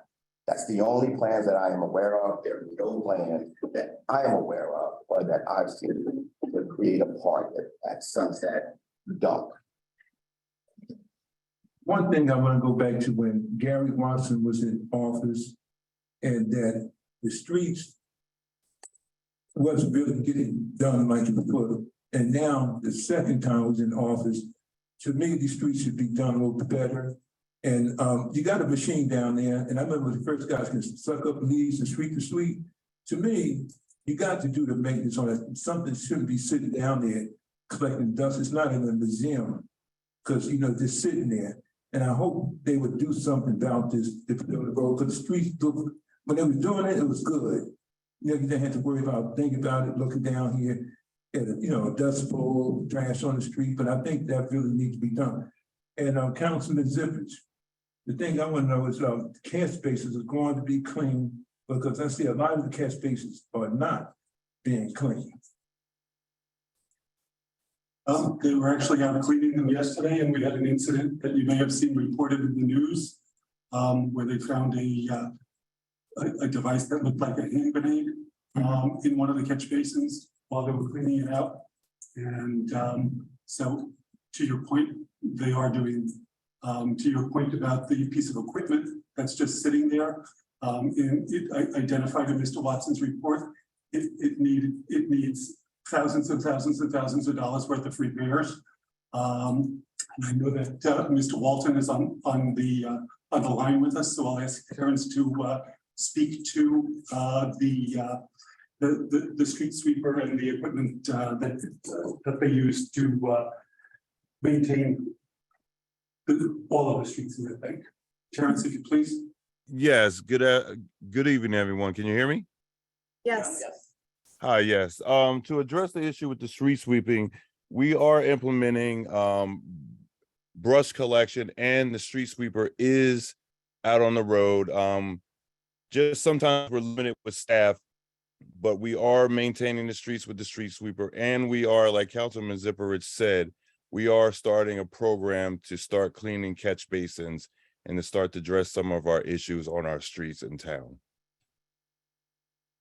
And currently, we are using employees that have not had the opportunity to use the street sweeper to be trained in driving the sweeper, so that this ability, like we were speaking before about having new people trained and doing different things in the department, we are using other employees to learn how to operate the street sweeper. Oh, one other thing I would say, Mayor Portman, it would be very nice if they do all streets. Please don't miss no streets. It would be very diligent and compassionate. Thank you. Thank you, Jimmy. Thank you, Terrence. You're welcome. Anyone else have comments? Yes, sir.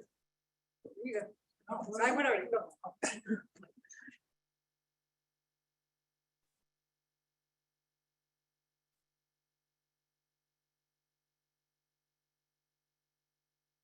Eric Harris, 138 Lotman, placed Unit 2 and 597 Bear Street, Hazlet, New Jersey. A couple things that I wanted to just not touch on, but correct what as far as what Ms. Rose spoke earlier. She was actually a big part of that as well, as far as the book club, which is Councilman Ballard's wife, but she had a big part of that, so I don't want to take full credit for that, even though she would give it to me. But a couple of times I had brought to like DPW and Parks and Rec about volunteering. I know it went to, I think they said it went to the lawyer or whatever, but I'm willing to help anybody. I don't care which side of the aisle anybody sits on. If you need help, same thing with Terrence. I grew up with Terrence. You can teach me how to drive a street sweeper. I'll do it. I mean, I have time. I mean, you don't want to put me out there right now. I'll bang up some cars, but I'm willing to help the town in any capacity. I also mentioned to Oscar, who I've become good friends with, that I wanted to volunteer and just put on a vest and go down to Count Basie and just help monitor the fields, because there's any night there's could be 100 kids down there, 50 kids or whatever, but even with the eyes of Tiffany and Tina, and sometimes we have some of the police down there, sometimes it's not enough. And usually if kids see adults that are around, things are less likely to happen, as far as like a lot of the graffiti that's happening, which again, if you guys have paint, I'll go paint during the day. I mean, I own my own business, so I got my own hours, so I can go down and paint anything you want. I mean, if graffiti goes up, it should come down right away. I don't care if it's Count Basie, down Versailles Park, Eastside Park. I mean, I'm willing to do it. I mean, and I spoke to Oscar. I said, if you guys need me to get fingerprinted, background check, to volunteer, I'll do whatever. You just guys, I mean, just please let me know. But I mean, I want to help. I can get other people to help right along with me. But I just wanted to say, just let that be known that, I mean, I'm here to help however we can do it, get it done. I mean, we shouldn't let a person like me, and I'm not saying I'm anything, but like just not do anything. I should help. I mean, this is a small community, small town, as much as business and traffic flows through here. We're a very small town, but we have helping hands that want to help. So, I'd say, let me help. That's all I'm asking. Let me help. Thank you. No surprise why you got a plaque tonight, Mr. Harris. Amen. Sue. Suzanne Scully, 25 State Street. You guys approved minutes tonight, which is great. But I'm curious, the lack of transparency, because there's the written minutes I didn't see for like March 22nd, March 3rd, February 22nd, February 20th, February 8th, and January 25th so far. And the fact that if you do not have Facebook, if you missed a meeting, you can't see it. Unless you watch it on Zoom live, it's gone. So a lot of people don't actually go on Facebook because they don't want to see all the crazy nonsense happening. It's easy to upload these videos right on YouTube for free. And so I've been doing it for over 10 years. So I'm just wondering if that's an option, and you can always link it to a webpage so people can access it at any time. It's a great idea. So we should have a borough, just have a Red Bank Borough, YouTube channel. Yeah. I mean, I have been doing this for the past 15 years, and I would suggest, I know you guys don't control the planning board or zoning board. I did bring it up to the planning board and they gave some answer about needing IT help, but it's really simple. It's ridiculously simple. Because those meetings ironically are very important, right? There's so much that's going on that transcends into here and people don't get to see it. They just see it written up in, one of the articles, and sometimes you really lose the essence of what's happening. The real debate going on in the conversation. So, volunteering, I would love to help in any way because I know how to do it. Thank you, Sue. Before we get to Mr. Point, I just have a quick question, maybe for Darren or the attorney. How much control do we have over the planning board? Could we implement policy to have them record their meetings? I mean, I don't know the law. I think it's a policy decision. In other words, to televise your, under the Open Public Meetings Act, there's no requirement to televise or Facebook Live or, stream any meeting, including this one. So I think it's really just a policy decision. But I guess my question is it their policy decision or can the council impose that policy on the planning board and zoning board? I would think it would be a policy decision of this mayor and council, if they want to implement live streaming of not just these meetings, but planning board meetings, the zoning board of adjustment meetings as well. Okay, thank you.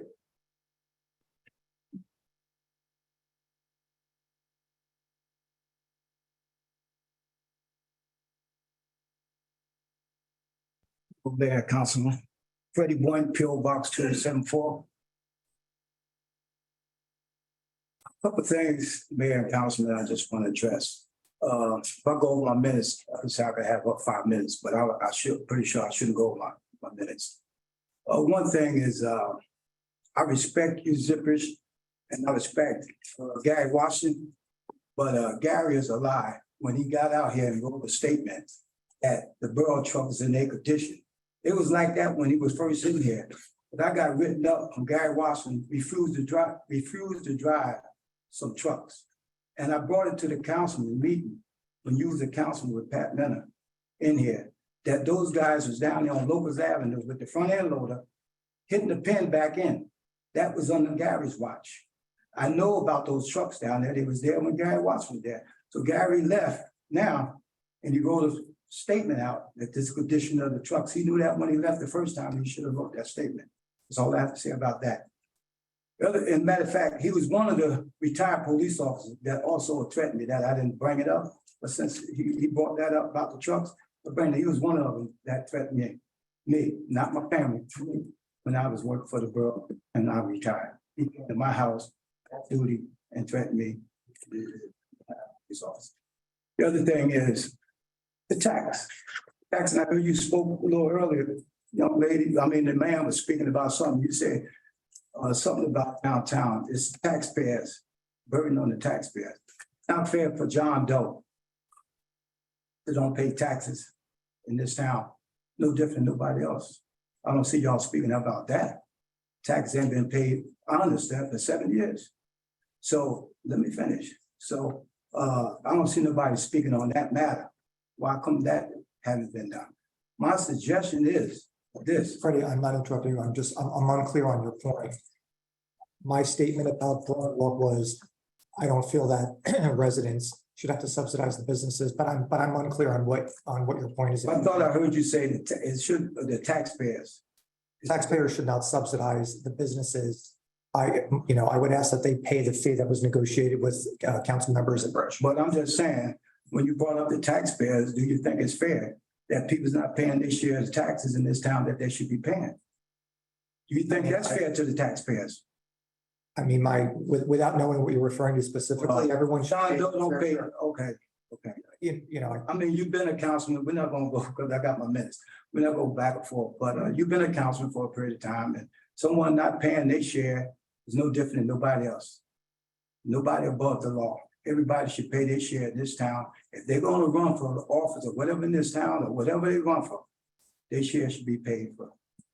And the other thing is, I don't think it's right, you know me, my opinion, that I haven't done nothing to you, and I know you. You walk by, all of us sitting in the back, you don't even speak to none of us. I think, you know, that's not right for a councilman.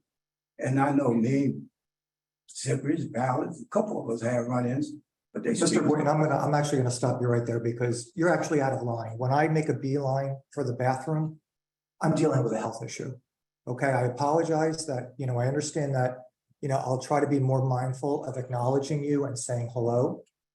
But under those circumstances, I'm dealing with a personal issue. I mean, it's not me. It's not me. I care less if you speak to me, but I'm just saying, as a councilman, people sitting back there, I spoke to all of them. They said, you know, to speak to them, you just say hi.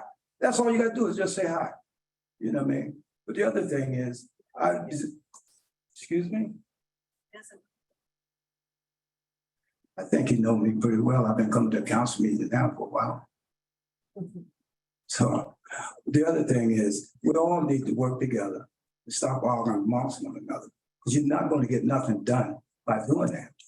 You're not going to get nothing done by doing that. So y'all need to pull together and work together and get something done in this town for the people. Thank you. Thank you, Frank. Anyone else have comment?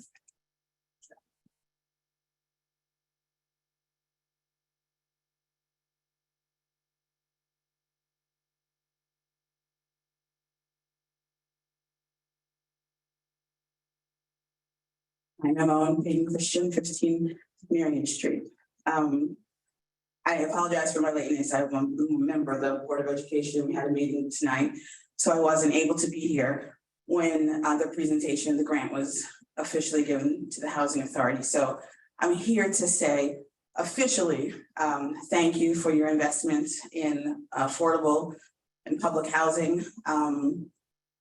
I look forward to us working together to accomplish great things for our community. And I just want to honestly just thank all of you, but specifically, I also want to talk with our council liaison, Mr. Ballard. This has been a long process. I know many years ago, before any of you were sitting on the DS or probably even thinking about sitting on the DS, the Housing Authority was actually in a compromised state, in which many people don't realize this, was actually almost no longer a borough asset. It would have been put in the hands of developers had some of our council members at the time not stopped an arrangement that was about to take place and transpire. And at that time, Councilman Ballard was like, we have to preserve our housing stocks for our most vulnerable residents. And he sought out members of the community that were committed to ensuring that affordable housing is something that we were able to maintain. And we have worked tirelessly over the years to try to get to the point where we are today. And I just want to say, thank you to Councilman Ballard, but more importantly, thank you to all of you individuals. I'm going to say your names: Angela Morandi, Jacqueline Sturdivant, Kate Trigiano, Mayor Portman, John Jackson, and Ed Zipprich, because again, this is a unified effort. You don't see it much here in Red Bank. So I'm thankful that this is a topic that you all decided to come together on to help preserve affordable housing and low-income housing for our residents. So from the bottom of my heart, and on behalf of residents who sometimes don't get the ability to speak for themselves or don't have the ability to speak for themselves, thank you. And I just want to thank you for your leadership at the Housing Authority. I know it has been a trial and error over the course of your tenure on the board. But you have surrounded yourself with a talented group of individuals who are committed to make sure that our senior housing and our low-income housing gets restored. And I think that the partnership that's been formed between the borough and the Red Bank Housing Authority with Lisa's leadership will seriously benefit all of the residents in both complexes. So thank you. Keep up the good work. Thank you. Thank you. Anyone else have a comment? Nancy?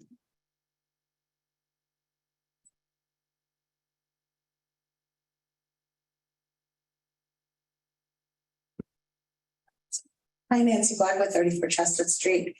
I want to thank all of council for supporting and preserving affordable housing. I'm a big fan of it as well, but also as an environmentalist, I would say when you are looking about to do the repairs, remember 2 words: electrify everything. Heat pump prices have gone down so that the homes for people who are living in the affordable housing could be used by heat pump units, which would allow to heat and cool. All the way down to -10. I have it in my house and we were warm on our coldest days. And when you're looking at your stove, please consider using what do they call induction cooktops as opposed to electric cooktops, and definitely not fossil fuels in the form of natural gas. So thank you. That's all I have to say. Thanks. Thank you. Very on brand, Nancy. Anyone else? Darren, you online? No, sir. Anyone else have a comment? Yes.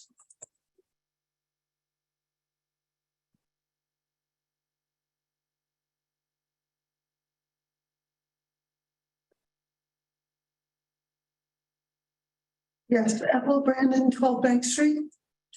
I just wanted to say, I know last time we were here, you mentioned Autism Month. If you put a blue light outside your house for Autism Month, that shows that you support autism. Thank you. Thank you. Thank you. Thank you for that reminder. Absolutely. Anyone else? Can I have a motion to close the public comment? So moved. Second, Second. all in favor? Aye. We do have to go into executive session, so. Do I?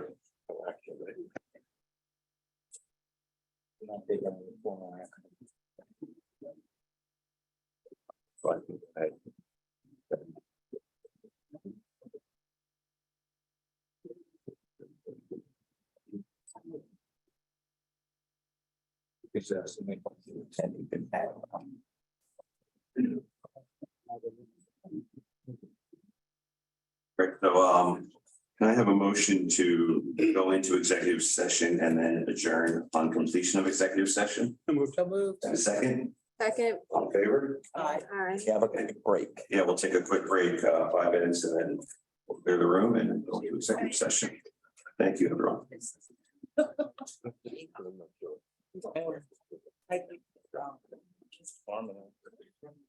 didn't know exactly.